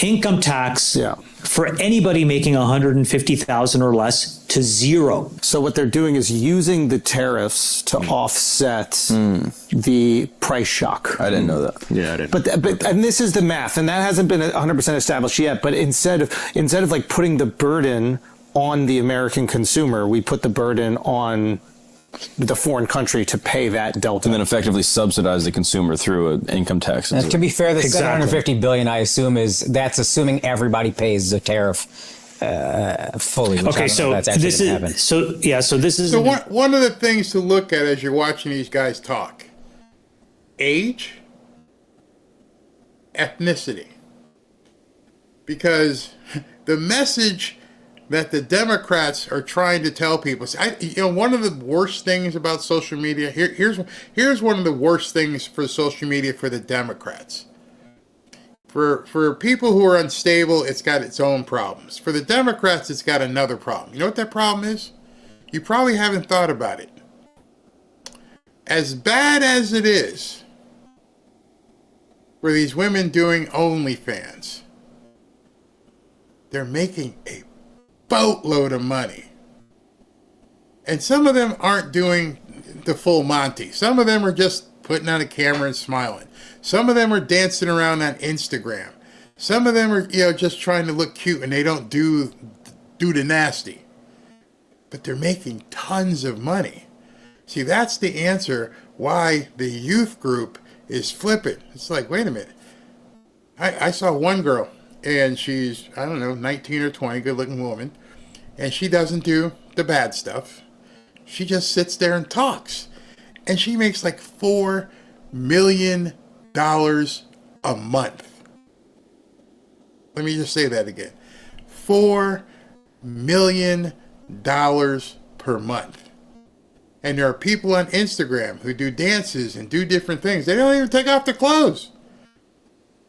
There are women out there who play the guitar, and they'll play the guitar in like a tank top or an evening gown or something, and they're making 15, 20 grand, 30 grand a month. That's not even a whole lot of money in terms of what people can make online. And these guys that Shamath is talking to, they've got a pretty big podcast. I bet you they're making 100, 200 grand a month. The money is astounding. And so you got these younger people who are at 20, 25. It's like, wait a second. Y'all want me to do what? Go to work. You realize I got my OnlyFans. I've got my Instagram. I got my TikTok. You realize how much money they're making? They don't want to be on the government dole. And guess what? They tell everybody else too. I have a really, really, really close friend who I worked with at the advertising agency down here. And he started, his son was as a gamer. And his son played games, and he started doing gaming, I don't know, 6 or 7 years old.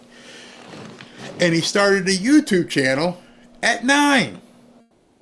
And all he does is play games and do silly things in the car.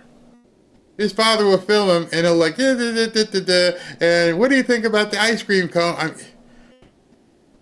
At 11 years old now, I believe he's 11, he's making $8,000 per month. His father quit his job to be his producer. And now his sister, who's 7, she's got a YouTube channel. These kids are set. They are going to have their college paid for, completely done. When I was in North Carolina with Ashley and the grandkids, they couldn't wait to go watch this YouTube channel. I'm like, what is this? And it was a family. It's a father, mother, and I think it's 3 siblings, and they do just crazy stunts. They probably do $150,000 to $200,000 a month in revenue. They spend a lot because they do a lot of different things. The kid's 16, he's driving a Cybertruck. Yeah. And so we are entering an era of extreme prosperity. And other people in the schools are seeing this. And other people who are looking at it, these kids, these young teens, these young, I don't even know what gen they are in terms of the people on this podcast, but I would never have imagined to see a couple 20-something talking to a venture capitalist a few years ago. Venture capitalists, oh, you're one of those people. All you care about is money. And meanwhile, now, there's a room full of these young kids talking to a venture capitalist. Important point. I would say right now it's a moving target, meaning the sharps, before Liberation Day, the smart money line was at like 250 billion. Okay. That's Wall Street. I mean, we'll put smart in quotes, but that was their number. And part of why the stock market went berserk was they just got it totally wrong. And the back of the envelope math that I did and that a couple of my friends did, and I would say they're much smarter than I am, they got to 750. I got to 750 as well.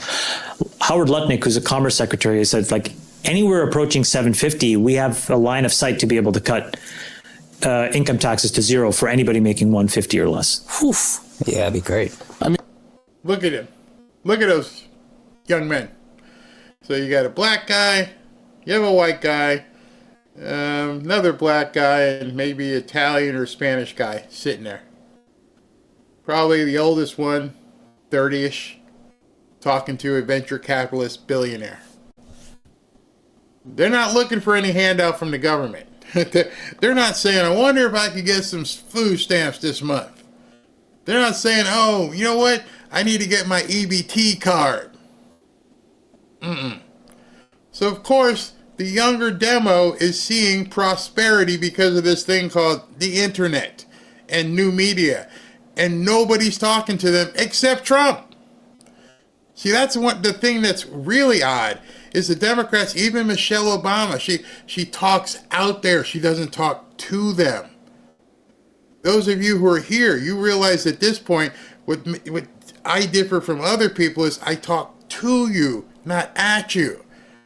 Because younger people, as well as older people, love the idea of community. The idea of people getting together with similar ideas and being able to talk through things is a lot better than someone standing on a stage and telling you what to do. And right now the Democrats have not solved that, and they will not solve that because their message cannot reach these people. Their message of big government will take care of you, and let's tax the hell out of you, is not going to work on these kids, these younger people who are seeing prosperity their parents never dreamed of. And I'm not making these numbers up. I know for a fact that one of the biggest streamers in the world, Speed, he's probably doing $200,000, $300,000 a month, and the kid's probably 24, 25. It's all out there for the taking. And it's a very hard message to turn around and tell people, be like Greta Thunberg and go out there and protest. What? Why am I doing that, man? I'm doing my TikTok. I'm doing my Instagram. And I get I made $1,000 today. That's why they're losing. That's why they're losing this audience. So we're in the magic zone here, guys. So here's you know the thing. what I mean? So there's a perfect example. There's all this conversation about the midterms right now. Trump tanks the stock market. People get screwed over by some people calling inflation, but the price shock. But if you announce at the end of the year there's a $750 billion surplus because of taxes, and we're eradicating income tax for people making under $150,000. Midterms are going red. I mean, bro, forget midterms. They'll want Trump for the third term. You know what I mean? So you can. He's not lying, because all you could say the same thing. If he said there's no income tax for anybody making less than $150,000, sign me up. Every one of y'all would be like, sign me up. People across the country, there would be no midterms. Don't even bother holding them. That's why he's pushing really fast. He's pushing really fast because if it works, and he can come out and say, all right, we're done with income tax for right now.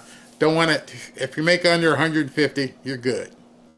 And I saw some comments in here, and it just drives me absolutely crazy. And I don't mean to call you out, Michelle, because I just happened to see this comment. It drives me crazy. And someone else saying that they're prostituting themselves and because they're doing... I know Max. I've held him when he was a baby. In my arms, in my hands, he was about this big. And I'm like, oh, look at this little redhead kid. Look at Max right here. And Max is basically set for life. He's not prostituting himself. He's having fun. Remember what fun was? And so you say, how much money is enough? That depends on you. If you have a question like that, how much money is enough? That's your answer. But you can't expect someone else to have your answer. And it's not wrong if they have a different answer. That is a very narrow-minded thought to have. How much is enough? Depends. It all depends. You, in your stage of life, say, hey, you know what, if I have 50 grand extra in the bank, that's all I need.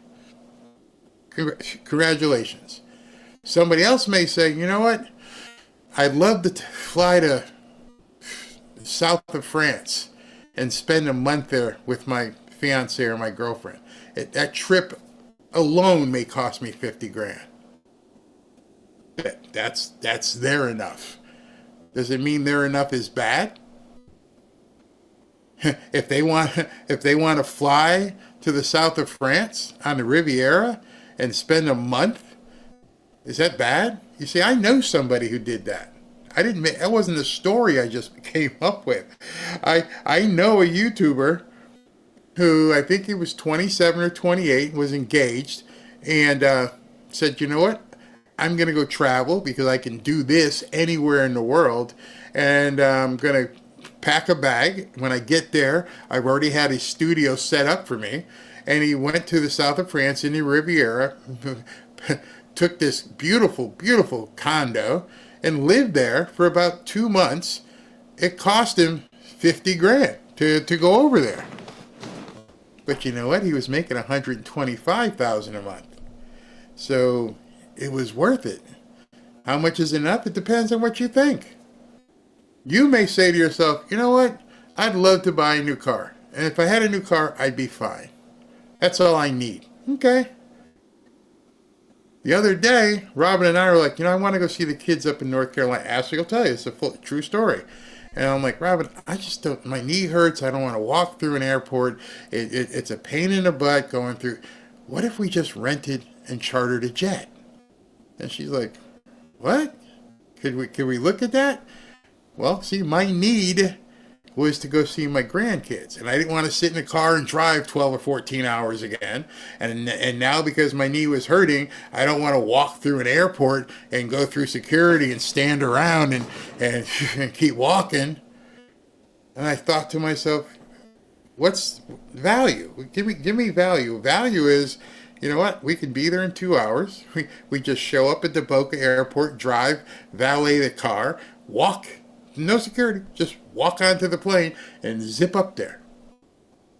You see, everybody's need isn't the same. So when you say, how much does somebody need? I don't know. You think Trump needs to live in Mar-a-Lago?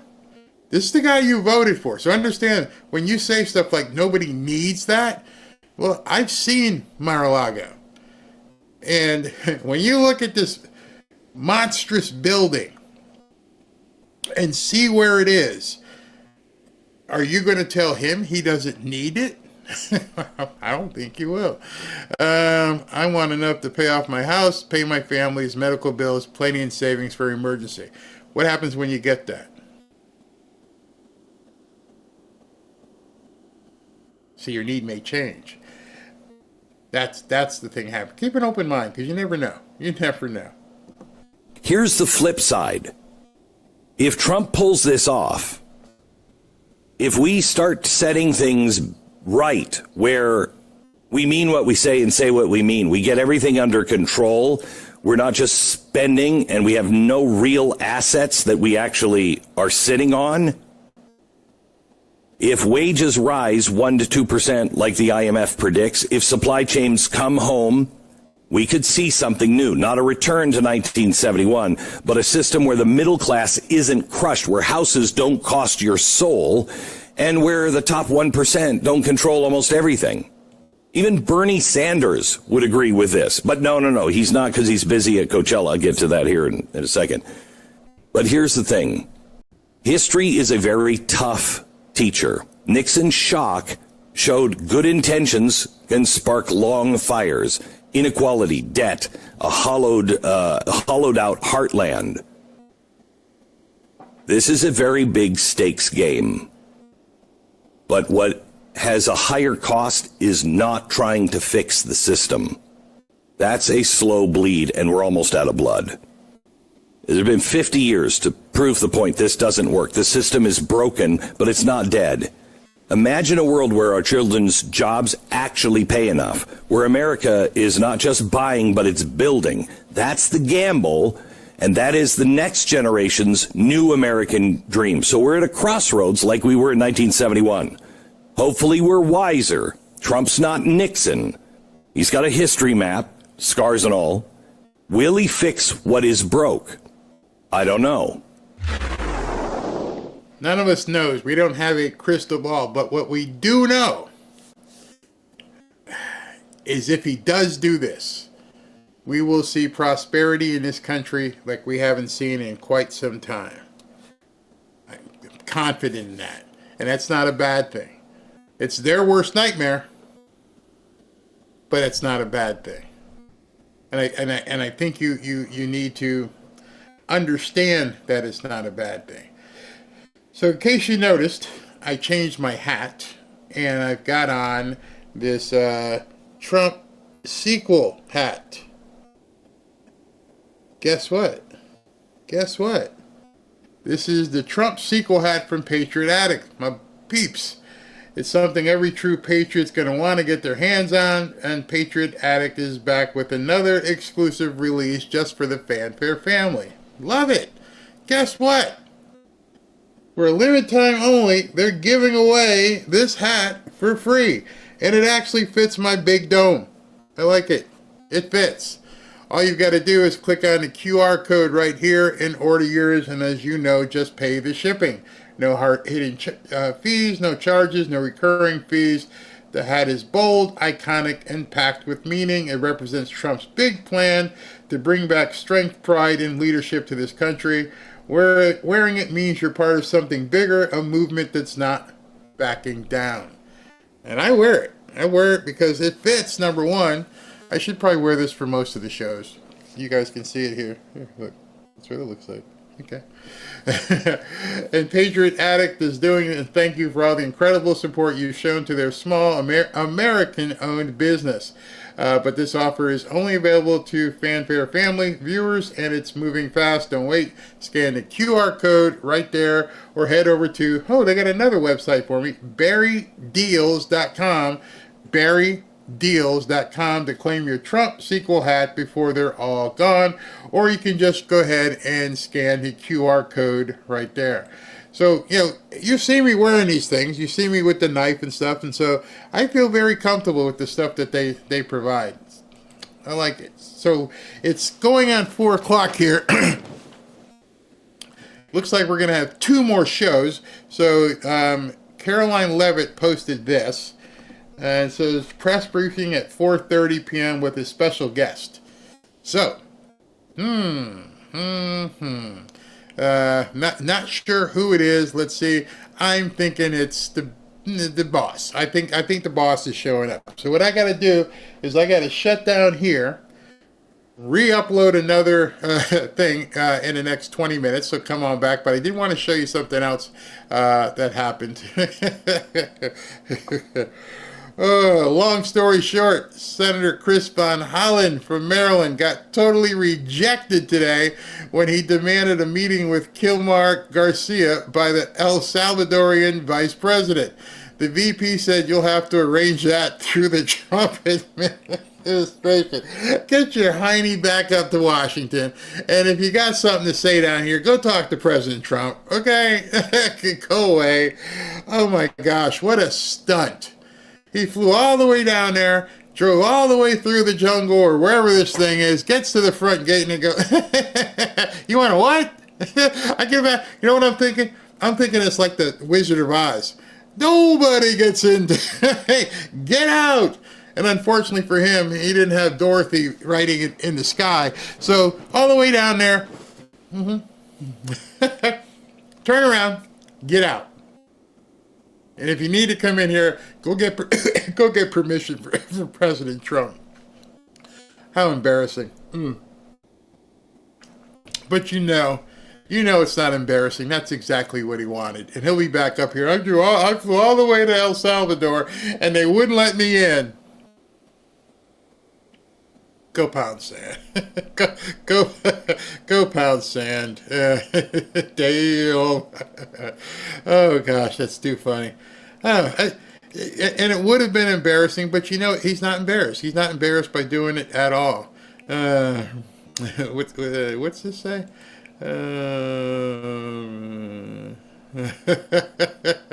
Somebody said, Barry, you have mentioned your big dome a few times. I wish you could go on tour so we could see your big dome. It's a really big dome. When I played football, I had to get a special helmet. That's how big the dome was. All right, so let me do super chats real quick. And when I do the super chats, then I'll gonna turn off. I won't do an after party because we ain't got enough time for an after party. So what I need you to do is look really quickly for the next link, which will pop up right as soon as we do it. Okay, hold on. Let me do the super chats here. Robin always laughs at me. She goes, "You're always doing these songs and stuff." Yeah, I sing to myself quite a bit. Usually it's rock songs. Usually by the Scorpions. It's by the Scorpions. All right, let's get through this. I do not mean any disrespect by going fast. I just have to get done and get back uploaded very quickly. And let's do this. And where am I? All right. Here we go. Let's see here. Oh, before I begin, on this vein, SV has just texted me and said there's a couple Rumble super chats, so let me just talk about those first. Rumble super chat from Jim56NAM. Jim56NAM, thank you very, very much. Job for 9, gold is up again. Yep, yes it is. Linda H., how did you find the legal document on the Maryland man you showed on the show yesterday? I've struck out. You just have to know the case number and look at it. But I did post it earlier in the fanfare group. Nicholas Lamonicus, Barry, this gang member has a domestic violence. Yep, I just showed that. Van Hollen doesn't obviously care about women. Demon of Cybertron, John Wayne Gacy also had nice family. Oh man, Nicholas Lamonicus, if you question the representative in Maryland, they retaliate against you. Democrats are evil and rancid. Leon Yoder, Unit 285. First saw you when Levis for the Titans beat the Dolphins. Rare Titans win. As for your political takes, almost as enjoyable as watching the game. Thank you. At least I was in a lot more misery back then. Nicholas Lamonicus, elections are rigged here in Maryland. Von Hollen is from the D.C. suburbs, cares nothing about Baltimore. Just shut up and pay taxes and they get rich. In Baltimore, it used to be so nice. Mary Kellum, can you post that, please? I think you're talking about the if you're looking for the information on the MS-13 guy, I did post it in the group. Chapo, they use all these crazy cases in order to fundraise from the other nuts. They must be getting money if they choose to die in these hills. Maybe. Just another knucklehead, thank you. Free James Brown, Eddie Murphy. That was funny. Brian Newland. My God, man, I'm losing IQ points listening to these people. They lose due process crossing the border, cheese and good point, Mr. Anderson. If you guys don't know, Mr. Anderson, he's talking about the Matrix right there. When they picked up this tool, cash and drugs, along with 2 other MSMA-13 members, they didn't talk about it. Terry Freeman, thank you. Leon Yoder, again, thank you. Stephen Miller is an American patriot. Love that guy. Yes, he embarrasses the liberals by the day. Penny Quarter, why isn't Congress getting busy on this and stopping the judicial coup against the president and the people? Bukele said it was a judicial coup because they're on vacation. Greg Yergin, pay no attention to the man behind the curtain. Exactly. Ernest Spencer, Comedy Central, just to watch the fireworks when the clowns go. I wish he filmed himself in the airport. He filmed himself in the car going to the prison. I hope he filmed himself being told to go away. Let's see if he posts that. Hey, Christina, how are you? Thanks for being my Morpheus and giving me the red pill. I'm going to testify Sunday about my salvation and trying out for the church choir tonight. Wow. Oh. I hit the wrong button, Christina. I apologize. I meant to hit this one for you. Wow. That's awesome. Tim Sparry, Mafia calling into favor. Judges have compromised. They got the position and were told who their alliance is to and who they owe for their position. Bet. Blessed McKay, Bill O'Reilly is telling his viewers that the Supreme Court says to bring the prisoner back and that President Trump should bring him back. I don't know why. It's maybe he hasn't read it. I don't know. Trey Gowdy said the same thing. It doesn't make any sense to me. He's not coming back. Board on the 4th. The evil libnuts are trying to set a precedent for all deported illegals by trying to bring one back to the U.S. That's the game they're playing. Buddy Sanders, thanks for your hard work. Thank you for everything you've done. Mira Roach, Barry, please share the website where you can find the court docs on Garcia. All right, I'll go ahead and post that in the group as well. Mr. Anderson, El Salvador leader, rejected meeting. Yes, I just said that. He said, go away. And he didn't even get to speak to Bukele. He got the vice president down there. Dave the Patriot, Barry, the reason the deep state media is saying Trump is deporting and imprisoning American family members, blah, blah, blah, is because the next time they are in charge, they will jail us. You know what? It's 4:05, so here's what I'm going to do. Let me finish this. Les V55, I got my Trump knife waiting for the blanket. Thanks for having the veteran biker. He's a great guy, following him too. Tim Sparry, being married to her father, is starting to get the freaky feeling of baby lotion. Ain't a titty party. Just saying. Yes, Penny Corridor. I simply love the name Big Letty. Just had to give you another super chat for it. So hilarious and original. I also love the good news. Patty Siebel, thank you. Is there statute of limitations on mortgage fraud? I'm pretty sure there is, but they have not exceeded it. Peter Ortez, the pitmaster is cooking as she smoked big time. Bitcom, B3 Tom. Thank you. Fazul, they fear citizen self-empowerment and independence. Agreed. Johnny Parker, thanks, Barry. The Democrats are trying to make this gang member thug a hero. He's George Floydez. Exactly. Mel's YouTube, please pray for me and tell everyone you know. Okay, Mel. We pray for you, Mel. Absolutely. God bless you. Larry 1754. This is one, if not the most important videos you have ever posted. Thank you for what you do. Wow, that's awesome. Thank you. Mariko, thank you. Peter Ulrich, no one has ever been forced to be rich. Nope. Mariko, appreciate you and your team's hard work. Thank you. Peter Ortiz, my enough depends on what is happening daily. Exactly. You have enough to get through the day that you planned. That's enough.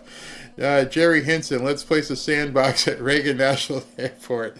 And born on the 4th, Barry, you're the fellow of domes. God bless. All right, so here's what we're going to do.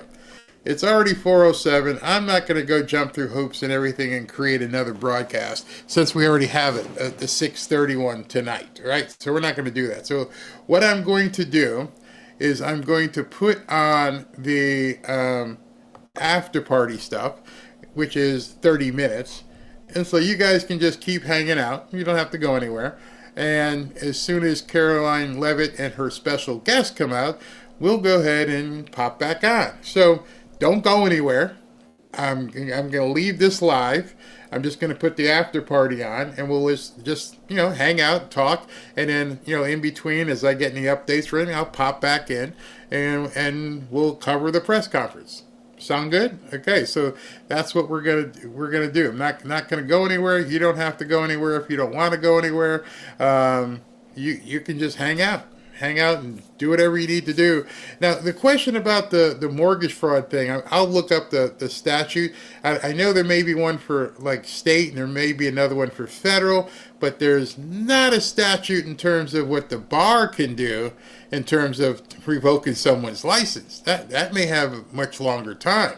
If you do something illicit, I don't think they're going to say, the statute it expired, but you can still be the Attorney General in New York. I don't think that works that way. All right, so here's what we're going to do. I'm going to get everything ready to bring her on. I'm not going to do much other news unless something crazy pops up. And we'll put the after party up, go to the bathroom, get something to eat, kiss the other half of you, pet the dog, and we'll see you back up. I'll come back up at 4:30, so I'm not going to go off. So what you're going to see is the after party, and then we'll be back in a little while.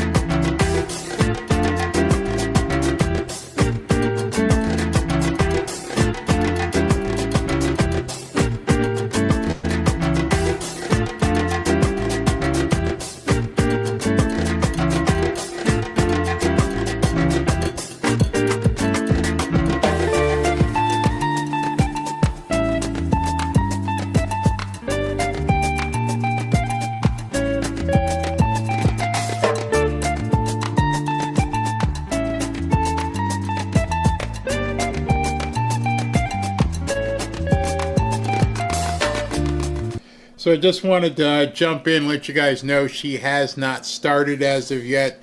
As you can see, the "We Will Begin Shortly" banner is up, so any minute she should be coming out there 3 minutes late. Of course they are. Hope you guys enjoyed your break. So I'm going to put the music back on until she actually hits the stage so I don't bore you. Shouldn't be too much longer. Just watching all the different feeds, and let's just listen to some music. Looks like the podium is set, but she has not walked out yet.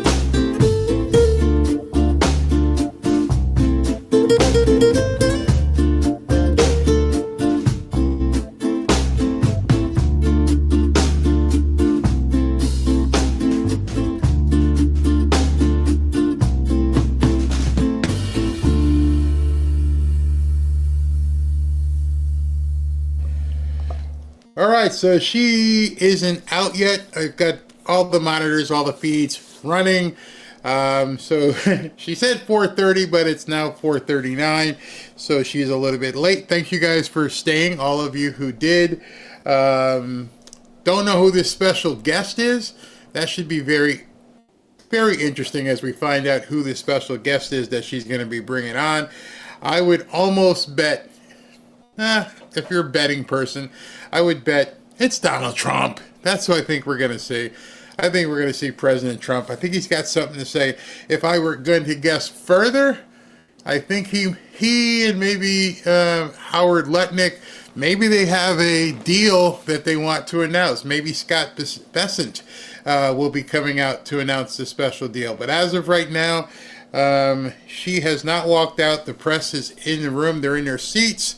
They are waiting. So we shall see very shortly what exactly is coming out and what's going to happen with this. You see, I've got my Trump sequel hat on right now. Let's see, the wifey here. She's sending me a Veridesk, one of those elevated standing desk things, which I'm going to be looking at. So you may see me standing in the very near future. By the way, while we're waiting, I can go ahead and read this from CB Distillery. If CBD isn't part of your wellness routine yet, now it's about time you should probably think about changing that.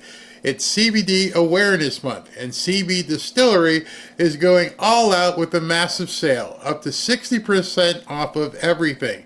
That includes their #1 best-selling relief stick for post-workout pain and their sleep gummies, which you guys rave about. Yes, people do rave about it. I know my favorite is the pain stick. I know you're getting tired of me talking about my doggone knee, but that pain stick and anything I can do to relieve the pain of arthritis in my knees, I try and use. So if you guys have arthritis or just have post-workout pain, it may be something you want to take a look at. And no, it does not get you high. It's that active ingredient that people use to smokity is not in the CBD. Just not there. And best of all, it's up to 60% off when you use the code RUMBLE. This is premium quality CBD. Nothing artificial, no fillers, just clean plant-based solutions that work. Whether you need better sleep, less stress, or pain relief after exercise, or just arthritis, CB Distillery has a natural solution to help you. You don't want to miss this discount. It's the perfect time to get started with CBD if you've never tried it and stock up. Visit cbdistillery.com and use my promo code RUMBLE. That's cbdistillery.com and use the code RUMBLE, or you can go ahead and use the QR code on your screen right now. Understanding that specific product availability depends on individual state regulations. All right, so, excuse me. Talking for a long time can do that to you. I guess we can, while we're waiting for Karoline Leavitt to show up, we can take some comments and go through some things here. Let me just check Twitter and see if anybody has come out with an idea on who may be coming up. Let's see. Here's some news for you. It appears that the IRS has officially begun stripping Harvard of its tax-exempt status. Wow. So not only are they not getting the $2.2 billion loan, they're going to pull back their tax-exempt status. That's huge. And that should scare a lot of these 501c3s and nonprofits from doing all the crazy stuff that they do. Because now if you start losing that, you're in big trouble. So that's absolutely huge that would happen. I'm all for it. I got no problem with them losing that. Let's see if anything else coming out. The state of Florida just banned putting fluoride in the public water supply. Next to House, then DeSantis. So that's happening down here. Maybe this is what it is. Maybe I'm seeing something here. The notification just went out 7 minutes ago. Winning It says Abbott to expand U.S. manufacturing as tariffs loom, and Honda to shift production of Civics from Japan to the United States because of the tariffs. Yeah, that could be it. That definitely could be it. That would be absolutely monstrous. So who knows? That definitely could be it. So let's see if that's it. Would like to see if that was the case here, if that was it. But anyway, we have an emergency press conference with a special guest coming up anytime, any minute now. It does appear as though they are beginning to walk out. That's not Karoline Leavitt, but that is one of the associates that she works with. So we're seeing some movement. Finally. Looks like Grover Nordquist is in there. I think that's who that is. You guys know who Grover Nordquist is? He's a big tax guy. I wonder why would Grover Nordquist? Oh, he's going to be sitting in the hot seat. That's what it is. He gets to get asked the first question. So interesting. Religious organizations need to have their tax exemption 501c3 ended too.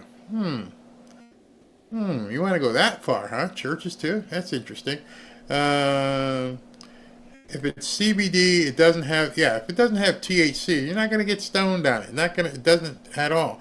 I think this is the big one. I think this is what we're hearing. The Honda Civic is moving from Canada to the United States. So if that's the case, that's probably going to be President Trump as a special guest.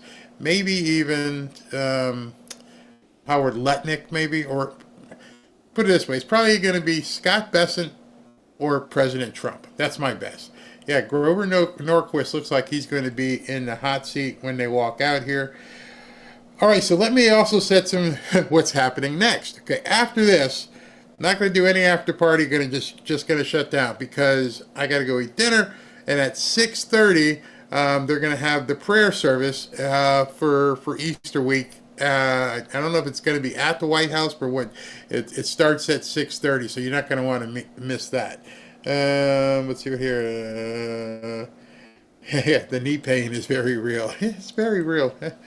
It feels much better today. As you guys who know, my knee's been killing me, and I went and got my cortisone shots yesterday. Feels much better, much better. SB, the female astronauts went suborbital. Like I said yesterday, they went for a ride. They went on an amusement park ride. They went way up in the sky and they came down. Okay. And it was like a religious experience. It was amazing. What else we got? I know who it isn't. So some guy from El Salvador, and it probably won't be the senator from Maryland either. He got completely embarrassed. Oh, Lee Noro says she's got money on it that it's Stephen Miller. It would be Stephen Miller if somehow he took a jet down to El Salvador and he was on the other side. How great would that have been when he knocked on the door to the prison, like the Wizard of Oz, and he opened it up and it was Stephen Miller. Hey, what do you want? Who's all that knocking out here? No, go away. Oh my goodness, that would be so funny. Barry, you didn't read that. It was all a hoax. That was all CG. They didn't actually go into space. I didn't say I believed it. I never said I believed it. In fact, I didn't want to say I believed it because I'm like, come on. I don't know if you guys saw one of the videos were out there, is that they opened the door from inside and people were like, shut the door, because they needed the photo op to make it seem like they were prying it open. It was a complete crock. All right, so we're still waiting. Nothing yet. Nothing happening. So we're still waiting to see who pops out. Maybe it's Letitia James coming and going to plead and plead out and say, I'm sorry, I shouldn't have done this. Let's see what else is going on here. Oh, I've got to download this. Is he really talking? Wait a second. Is this real?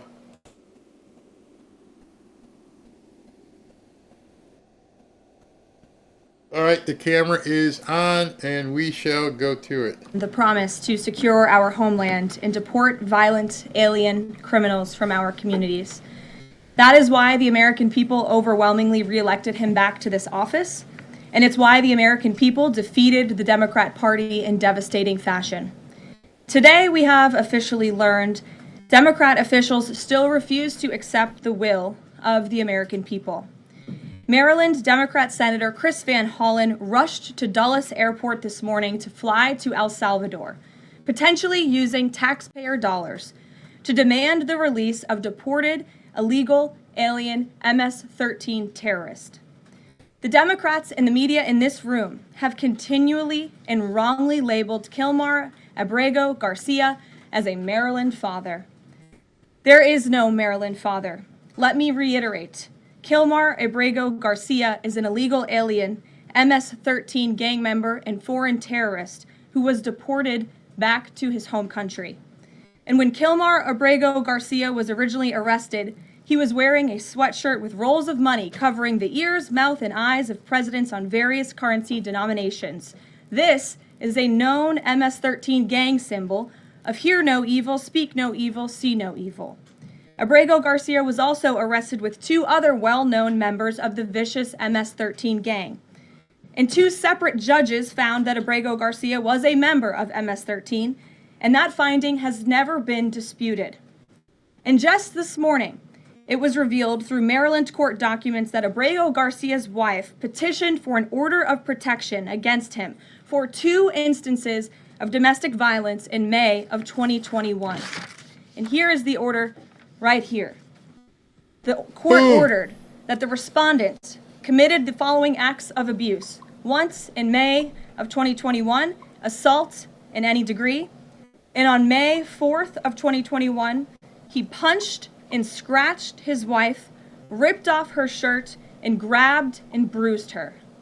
This is from a court in Maryland. So not only are Democrats rushing to defend an illegal criminal foreign terrorist gang member, but also an apparent woman beater. To set all of that aside, the basic fact that he was illegally inside our country and had a lawful deportation order made him subject to removal back to his home country of El Salvador. And if he ever ends up back in the United States, he would immediately be deported again. Nothing will change the fact that Abrego Garcia will never be a Maryland father. He will never live in the United States of America again. And the United States Supreme Court ruled unanimously that the President of the United States and the Secretary of State could not be compelled to forcibly retrieve this citizen of El Salvador who is currently locked up in a maximum security prison in his home country due to his MS-13 membership. To remind the media and the Democrat Party, MS-13 are among the most vicious and dangerous individuals in this world. They pose a direct threat to the United States, El Salvador, and any other country who maintains basic law and order. MS-13 rapes innocent girls and women, runs sex trafficking operations, murders for sport, and terrorizes law-abiding people. That's why El Salvador President Bukele made it clear this week that he will not be releasing this MS-13 gang member from his prison. But that is not enough. All of that is not enough to stop the Democrat Party from their lies. The number one issue they are focused on right now is bringing back this illegal alien terrorist to America. But where are the Democrats applauding the fact that southern border crossings just hit a historic low? Where are the Democrats supporting our brave men and women of law enforcement who are putting their lives on the line every single day to arrest the violent illegal alien invaders that the previous administration allowed into our country? And where are the Democrats when innocent Americans are victimized by illegal criminals that Joe Biden let in? It's appalling and sad that Senator Van Hollen and the Democrats applauding his trip to El Salvador today are incapable of having any shred of common sense or empathy for their own constituents and our citizens. Nobody knows this more than the woman standing to my right, Patty Morin, whose beautiful daughter Rachel was brutally maimed and murdered at the hands of an illegal alien in August of 2023. Patty no longer has her daughter because of the failed Democrat Party's open border, and these are policies that President Trump is bringing an end to. Patty should not have to be here today, but she is. And we are grateful and we are honored for her willingness and her request to share her powerful story with the world. Thank you, Patty, for being here. Thank you. A lot of you don't know the whole story about Rachel and about the crime that was committed against her. Even us, her family, we didn't know all the details. They kept most of it close to their chest, the detectives, because they didn't want to do anything to hurt the case. They wanted to keep the integrity of the case, so they kept everything close. I sat for the last 2 weeks in her trial, and we saw layer upon layer upon layer of evidence against the accused, an illegal immigrant from El Salvador. And the things that we thought, well, maybe this might have happened, we didn't know. But when we were at the trial, we got all the puzzle pieces. And I want to share some of those things with you. You know that Rachel's a 37-year-old mother. She has 5 children. We've walked the trail for the last 25 years that we've lived in Maryland. It's a safe place for our family. It's where we go to get a little bit of New England, because that's where we're from, New England. When she went on that trail that day, she was not planning on dying. She wasn't planning on walking to her death. She was planning on going to the grocery store with her girls afterwards. Victor Martinez, he waited for her. He waited for her to come closer. He saw her. He saw that there was nobody around. He attacked her. He dragged her 150 feet, blood gushing from her head.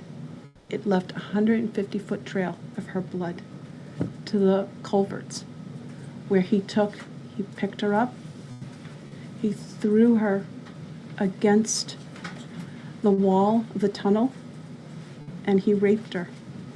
But before he did that, he stopped on that trail, and rocks, still stained with her blood, he used them to hammer her head against those rocks. They say at least 20 times they could count the cuts in her head.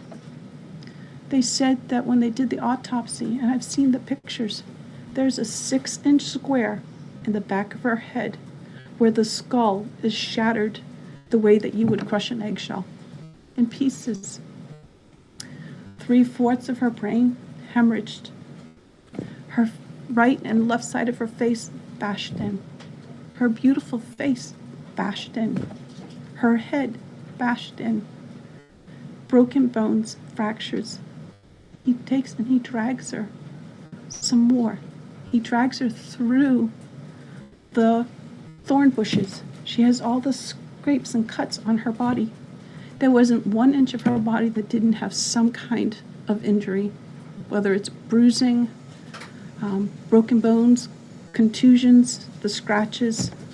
She had a fractured rib, fractured nose, fractured skull.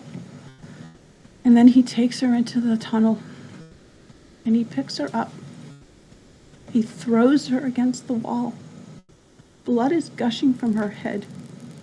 Her hair is soaked in blood. And they showed us pictures of her body against the wall, outlined. The blood outlined her body. And you could see where the blood ran down around her as he was raping her. And then he threw her down and raped her some more. And then he strangled her because he didn't want her to be able to live to tell the story. They said that when they did the autopsy on her neck, that one of the things they do is they open up the neck and they look to see how far the injury is. And it went all the way down as far as an injury is possible, hemorrhaging in the muscles because of how strong and violent the group was around her. These are the kind of people that have no compulsion. Like, to them, this is nothing. And when he was sitting in the courtroom, he actually looked like he thought he was going to be set free. There was no remorse on his face at all.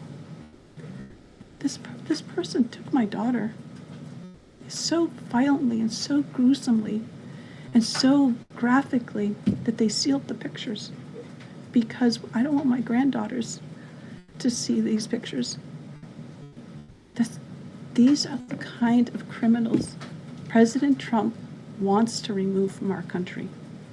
These are the kind of criminals that we need to remove from our country. We are American citizens. Why should we allow people like this, violent criminals that have no conscience at all, to murder our mothers, our sisters, our daughters?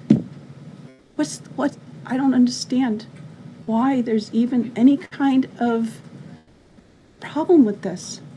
And it's not that it's political, like the left or the right, although I understand different parties have used it in the past. But we have to look at it as we are American citizens. We need to protect our families, our borders, our children. I don't care about politics. Well, I do, but I want to preserve life. And that's the only reason why I have taken and spoken about Rachel all this time. If you're a mother here in the room, can you imagine standing there alive, you're alive, and someone comes and puts their hands into your chest and rips out your heart? That's what it feels like. It feels like a part of you is being ripped out of you.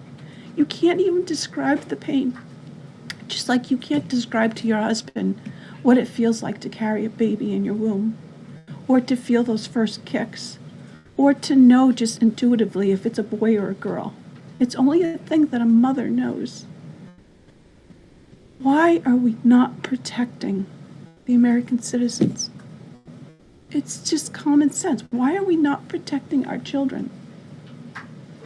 And to have a senator from Maryland who didn't even acknowledge or barely acknowledged my daughter and the brutal death that she endured, leaving her 5 children without a mother and now a grandbaby without a grandmother, so that he can use my taxpayer money to fly to El Salvador to bring back someone that's not even an American citizen. Why does that person have more right than I do, or my daughter, or my grandchildren? I don't understand this. Thank you. Thank you. Thank you. And I just want to say that as a mother and as an American citizen, the president and our entire team, and I hope people in this room are grateful for your willingness to come here and your request to share your daughter's story. And I think the country hears you loud and clear. So thank you. Does anyone have any questions for Patty? Nope. Or for me? Nope. Thank you. Bye. No? Anybody? Okay. We'll see you all later. The president will be at his dinner later this evening. Thank you for being here this morning. We really appreciate you. Thank you. Thank you. Please. Wow. Wow. If anything told you that the media is nothing but an extension of the Democrat Party, if nothing has told you as of right now that these people are evil personified, that just did. Any questions? Nope. Okay. Bye. Not a single question.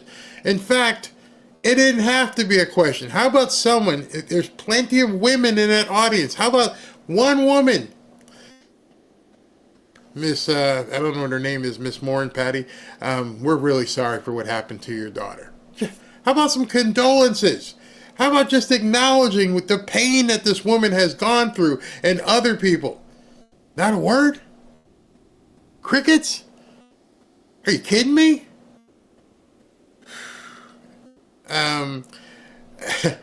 I have something for you. That was crazy. I have something for you.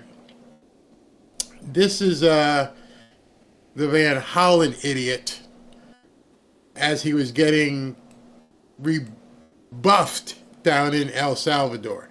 He decides he's going to hold a press conference down there.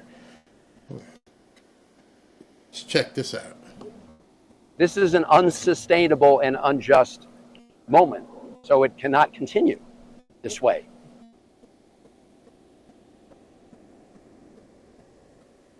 I also told his wife and family that I would try to meet with Mr. Abrego Garcia while I was here.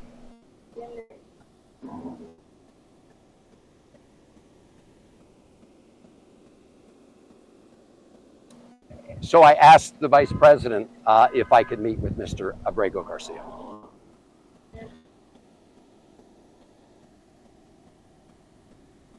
And he said, well, you need to make earlier provisions to go. Okay, what's happening? This is Van Hollen, who did his stunt going down to El Salvador to try and meet the good young man, the fine, upstanding constituent from Maryland who needs to come home. And so what you're seeing is, I guess these are El Salvadorian press.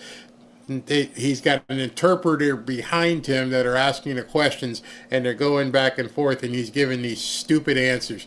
How stupid must this guy feel? Somebody must have told him by now. He's probably on a plane. Like, you don't know. Don't come back here. Don't do it, man. Don't visit CCOT.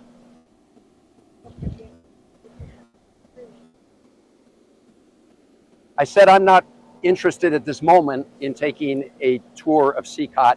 I just want to meet with Mr. Abrego Garcia.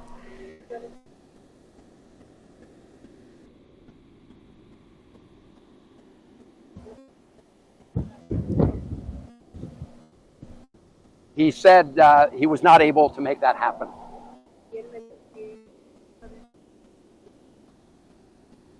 I asked, he said he need a little more time.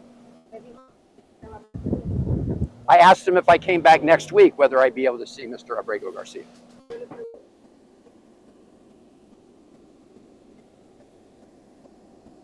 He said he couldn't promise that either. So I asked him if I could get on the phone, either video phone or just a phone, and talk to Mr. Abrego Garcia.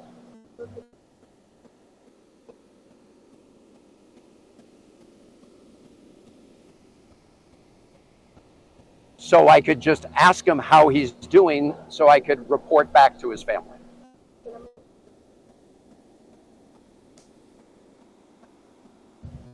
He said he could not arrange that. He said maybe if the American embassy were to ask, maybe that could happen.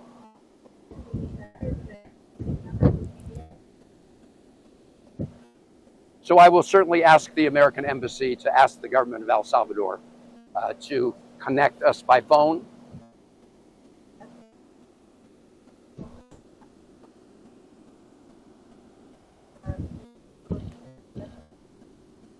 I asked him how about his family? How can he talk to his wife so that she can hear his voice?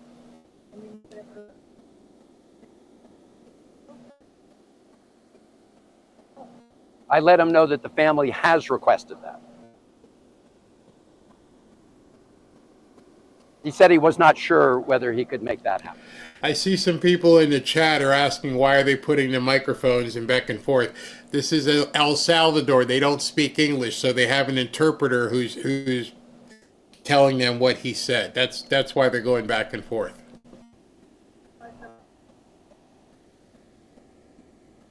So we have an unjust situation here.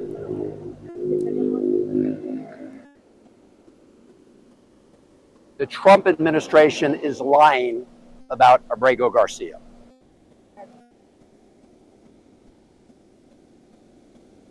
The American courts have looked at the facts. In fact, the Trump administration lawyer, the government lawyer, admitted to the court that Mr. Abrego Garcia had been mistakenly taken, in administrative error, that it was a mistake.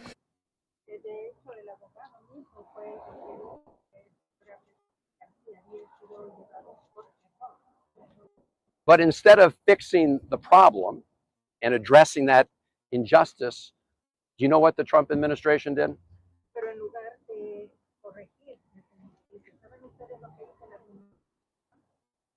They put that lawyer, who's a 15-year veteran of the Department of Justice, on administrative leave.